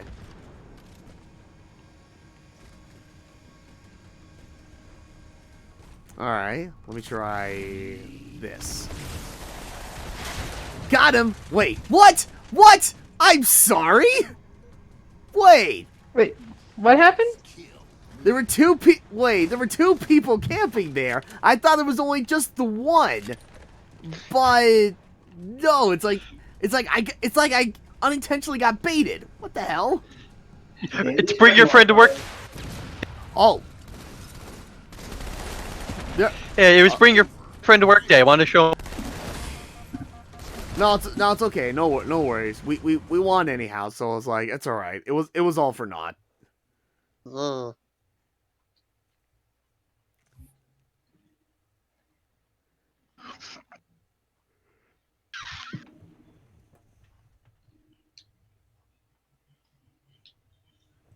All right, let's see here. It's like all right, 10:06. Okay, let's see. Yeah, I think at this point it's like once I get to the next rank up or whatever, it's like that's when I'll probably call it because I'm like pretty much like a quarter of the way there. Okay.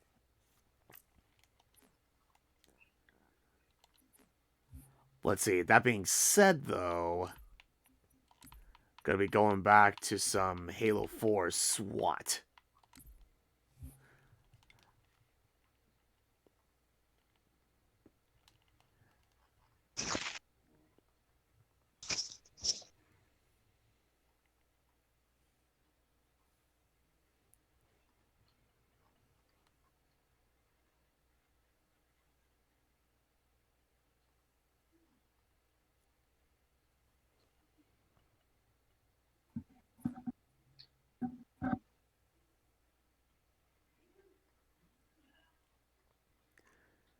Huh. Alright. So let's see. Bullborb. So what would happen if Murray did a thunder flop on a Snorlax? I don't know. I get the feeling it's like Murray used Thunderflop. It's not very effective. Murray just bounces off of Snorlax's stomach. Yes. Was that a mosquito? And then he like just whip out the Pokeflu and just watch him like like get his groove on. Hey, this Snorlax is in the middle of our path, completely asleep. You know what that means? We need to wake him up. Meanwhile the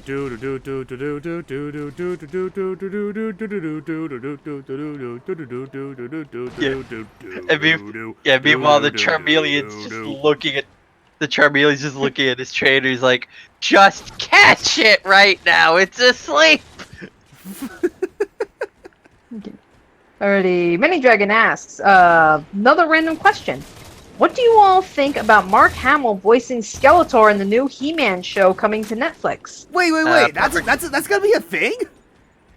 Yeah, they announced that there's a He-Man cartoon directed by Kevin Smith, I believe. That was announced a while ago. Yeah, that think I do remember. I guess this must be recent. Mark Hamill signed on to play Skeletor. Oh hell yeah, I'm all for that. It's like, yeah, man. It's like, I mean, we've seen what he's done with the Joker. I think he can do Skeletor justice. Oh yeah, definitely. Yeah, it's like I knew the cartoon was gonna be a thing, but yeah, no, this is the first time I'm ever hearing anything about Mark Hamill voicing Skeletor. Oh, for God's sake! He-Man. Of course you go for me and not the guy who's literally right in front of your face. Frick.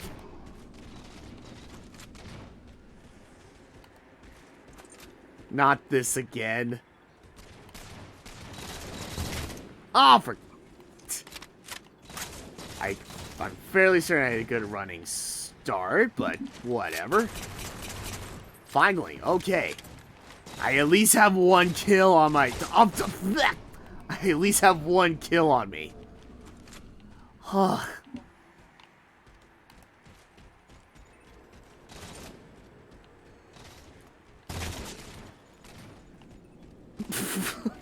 Oh my god.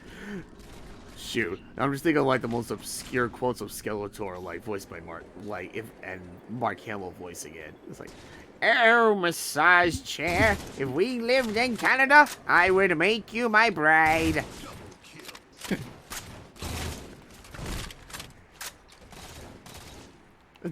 The pizza, He-Man! Eat it! God damn it. Yeah, I guess we'll just have to wait and see. I mean, it's like I said, like, I think right now I mean, we're still on, like, they're still, like, I guess, what would you call, like, I guess the beginning stages or something? Yeah, like, you know. Where it's like, you know, they're just gathering they're gathering the actors.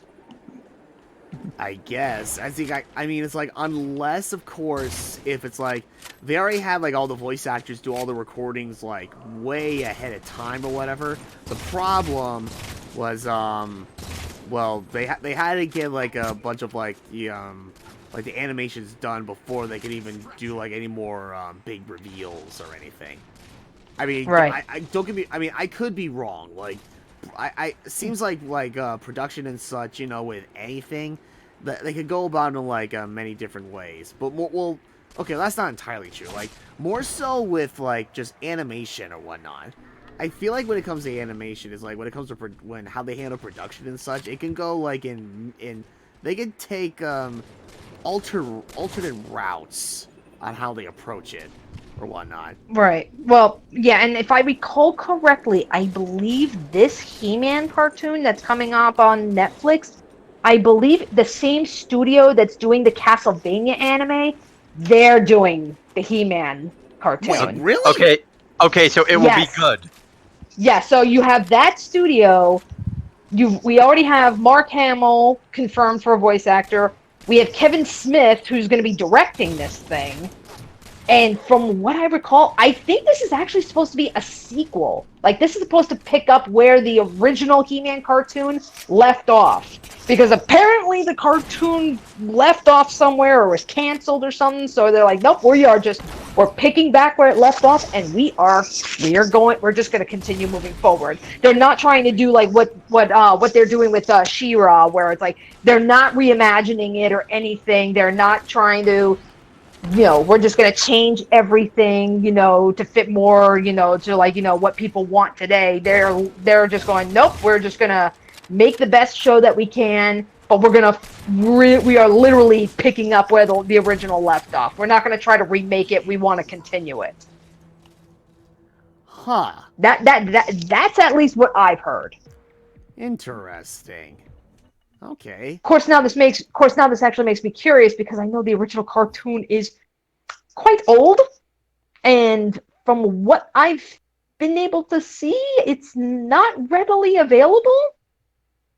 Like it's not on Netflix, it's not on Hulu, it's not on Amazon, I don't think. So I mean it's like okay, but if you're gonna be continuing from where it left off, it'd be nice if we had that corny cartoon so we had a reference to follow, Yeah.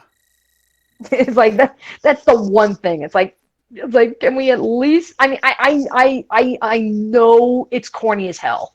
I know that because we've seen clips. We've seen people like Nostalgia Critic do reviews on it and stuff. We know He-Man is corny as fuck.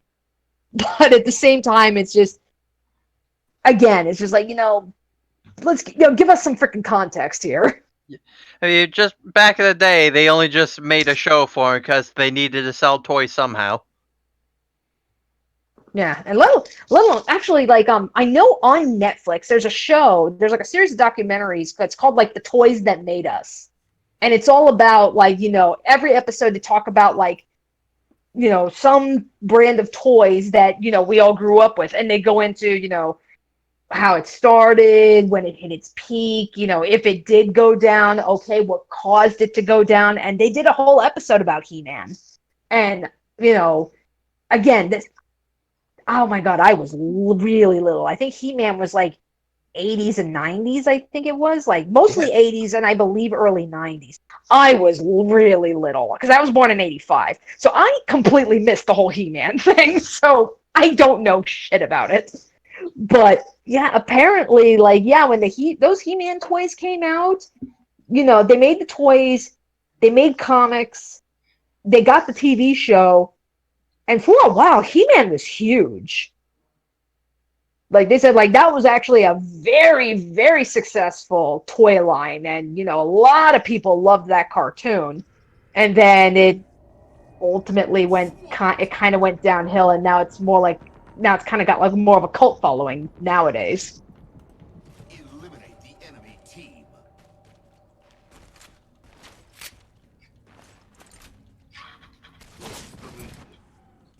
Wow. Okay, off to a great start.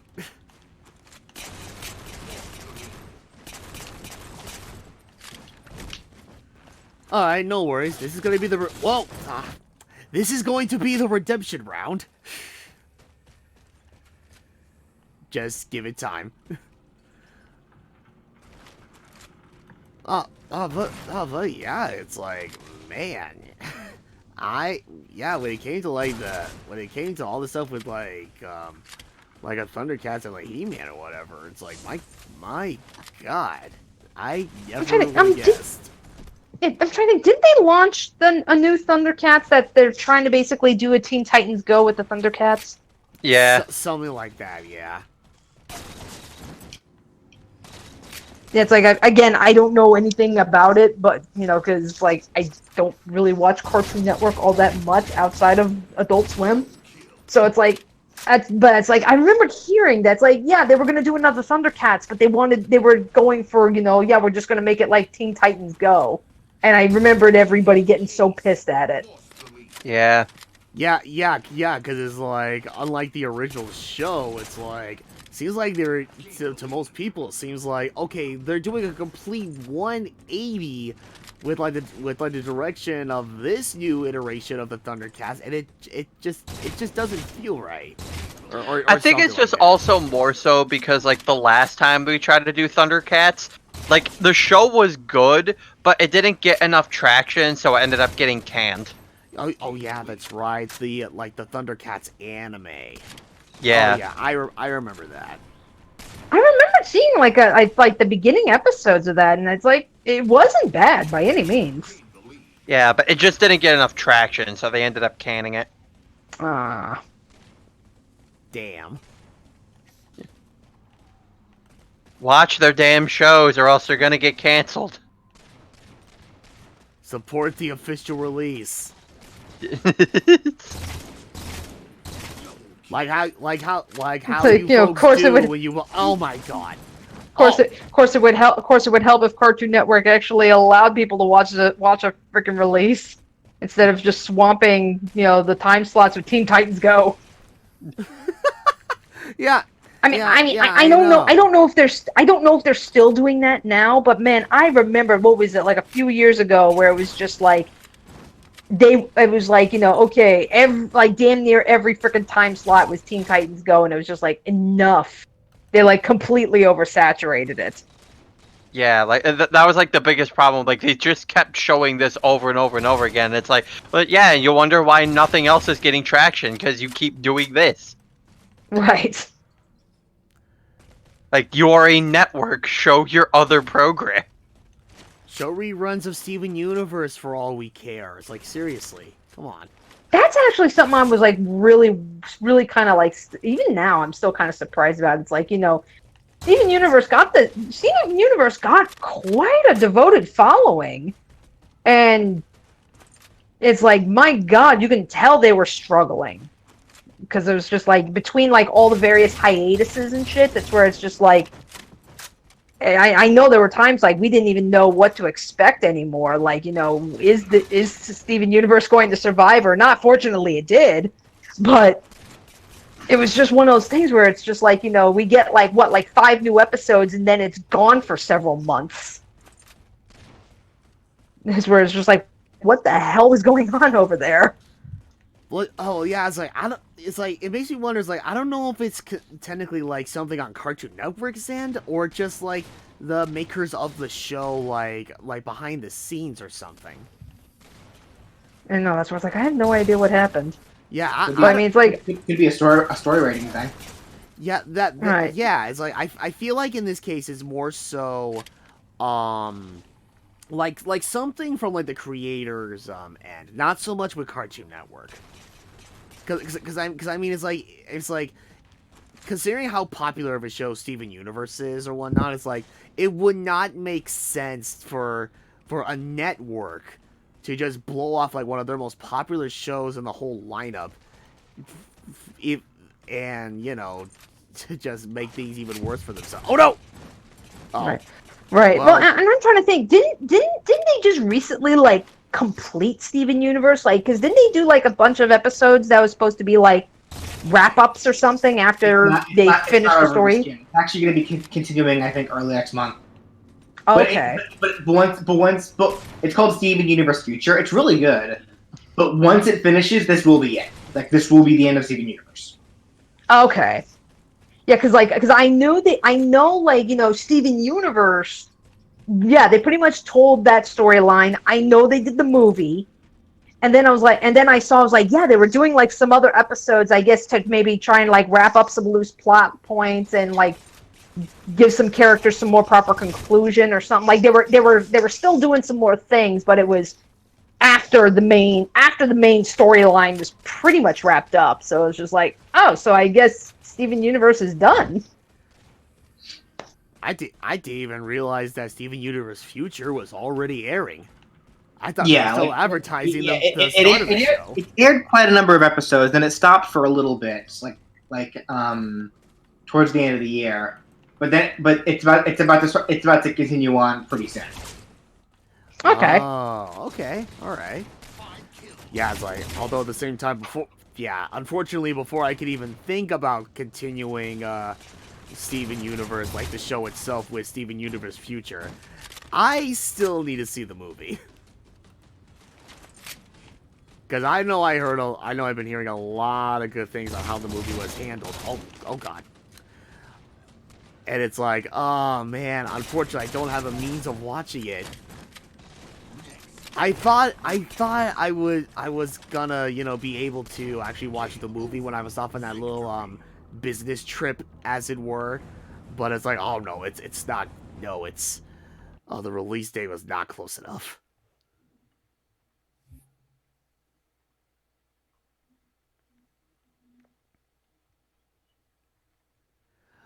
Let's see. One of the shows I watched, Miraculous, got screwed from Nick because they showed one new episode every Sunday and no rerun episode. Just one episode on Sunday. Oh my god, Nickelodeon screwing over their shows? What else is new? Oh god.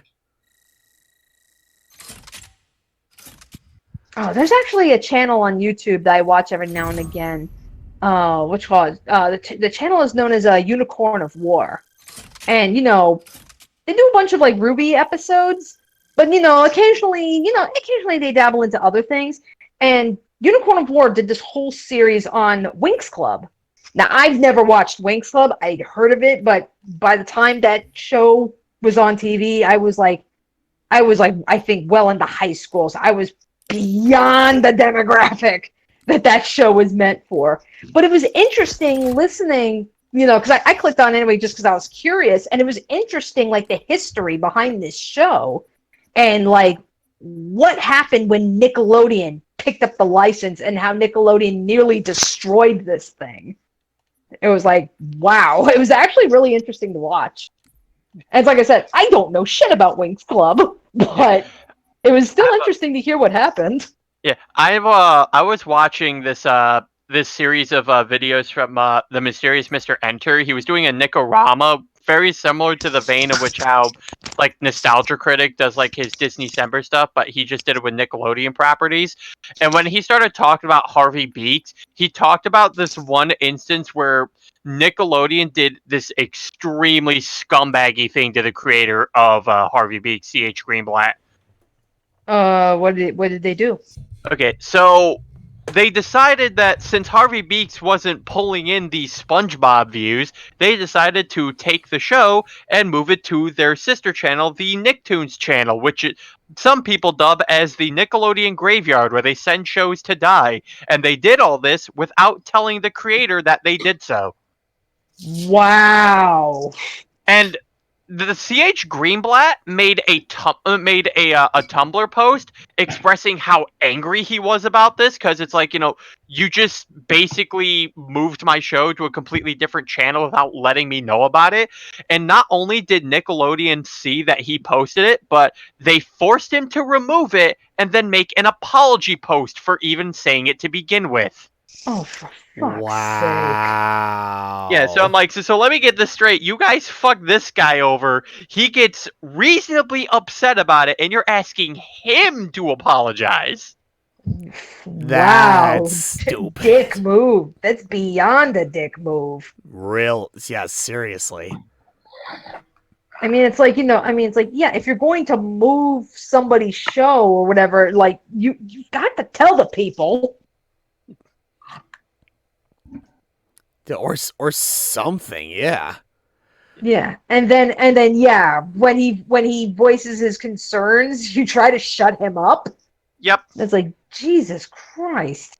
Yeah, and apparently Angry Beavers got canceled for a relatively stupid reason too. Really? Yeah, there was supposed to be a season finale where the very end was supposed to have Norbert talking to Daggett being like, hey, Daggett, get this. We are fictional. We are animated characters. We're not even real. Beavers don't talk. Oh, God, I'm going to break the fourth wall. Yeah, Christ. but apparently that episode broke two of Nickelodeon's guidelines. They do not like it when you say that this is the last episode in your series, and apparently they also don't like it when you break the fourth wall. So good. So they don't know fun. Yeah. Yeah, really. One trying to think. I remember like Invader Zim. Great freaking show.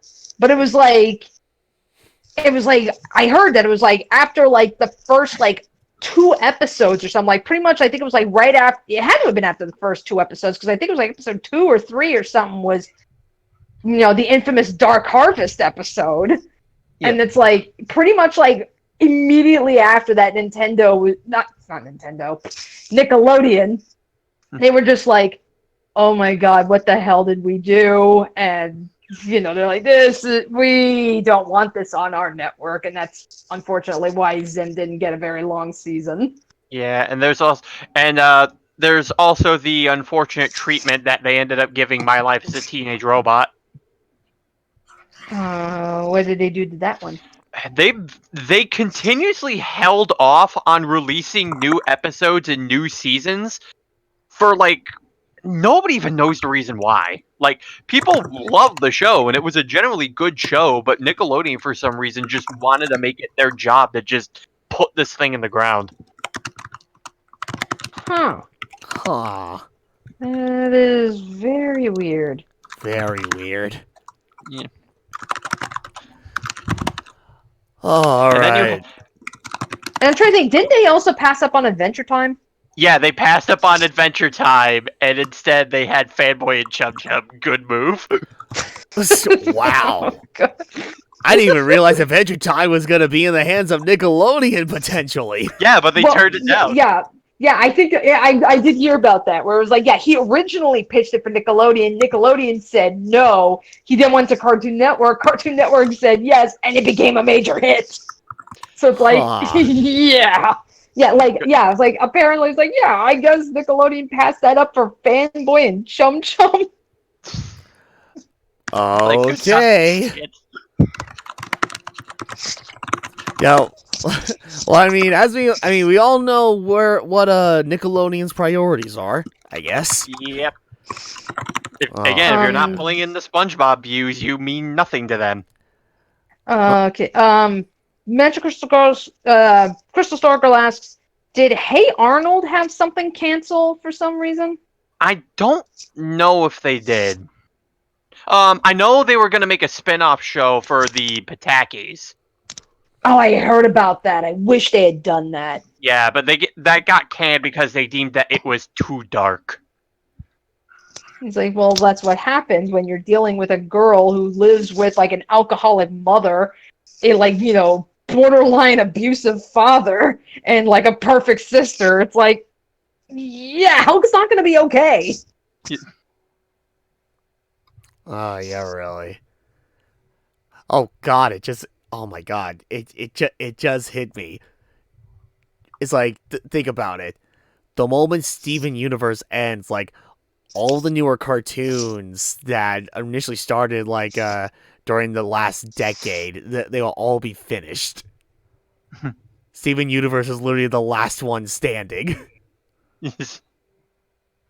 Oh, God. Oh, alright, in any which case, it's like, alright, I think this has been a long enough stream. It's actually pushing 10:30 on my end, and it's like, I gotta get going to bed pretty soon, because I need at least like 6 or 7 hours of sleep if I'm gonna clock in at 6 in the morning tomorrow. Oh, early day. Yeah. Yeah, but I mean, it's fine or whatnot. It's like, as long as I get a good amount of sleep, like, again, like 6 to 7 hours, then it's like, it's no big deal, really. Give this man a raise. That'd be nice. It's like, oh shoot, the next raise I will probably end up getting is probably when I reach my 1-year milestone, and that'll be in mid-August. It's like, dang. Oh, well. Alright, well, in any which case, hey, thank you guys so much for sticking around. Like, I know we didn't run into a whole lot of, like, chaos, in this session of, Halo multiplayer and the Master Chief Collection. Kind of like what happened, during the last, chill stream, when I was, playing this game, but, well, it was like, I'm sure more chaos will ensue at one point or another. It's just a matter of when. But regardless of such, hope you guys had a great time with the stream. Thank you guys so much for coming out, even though it wasn't like as long of a stream as last time. And we will see you guys in the next stream or whatever project that we have in the works for you. So, yeah, alright. Thank you guys so much for watching. We'll see you guys next time. Have a great night, everybody. Yeah, night. Bye.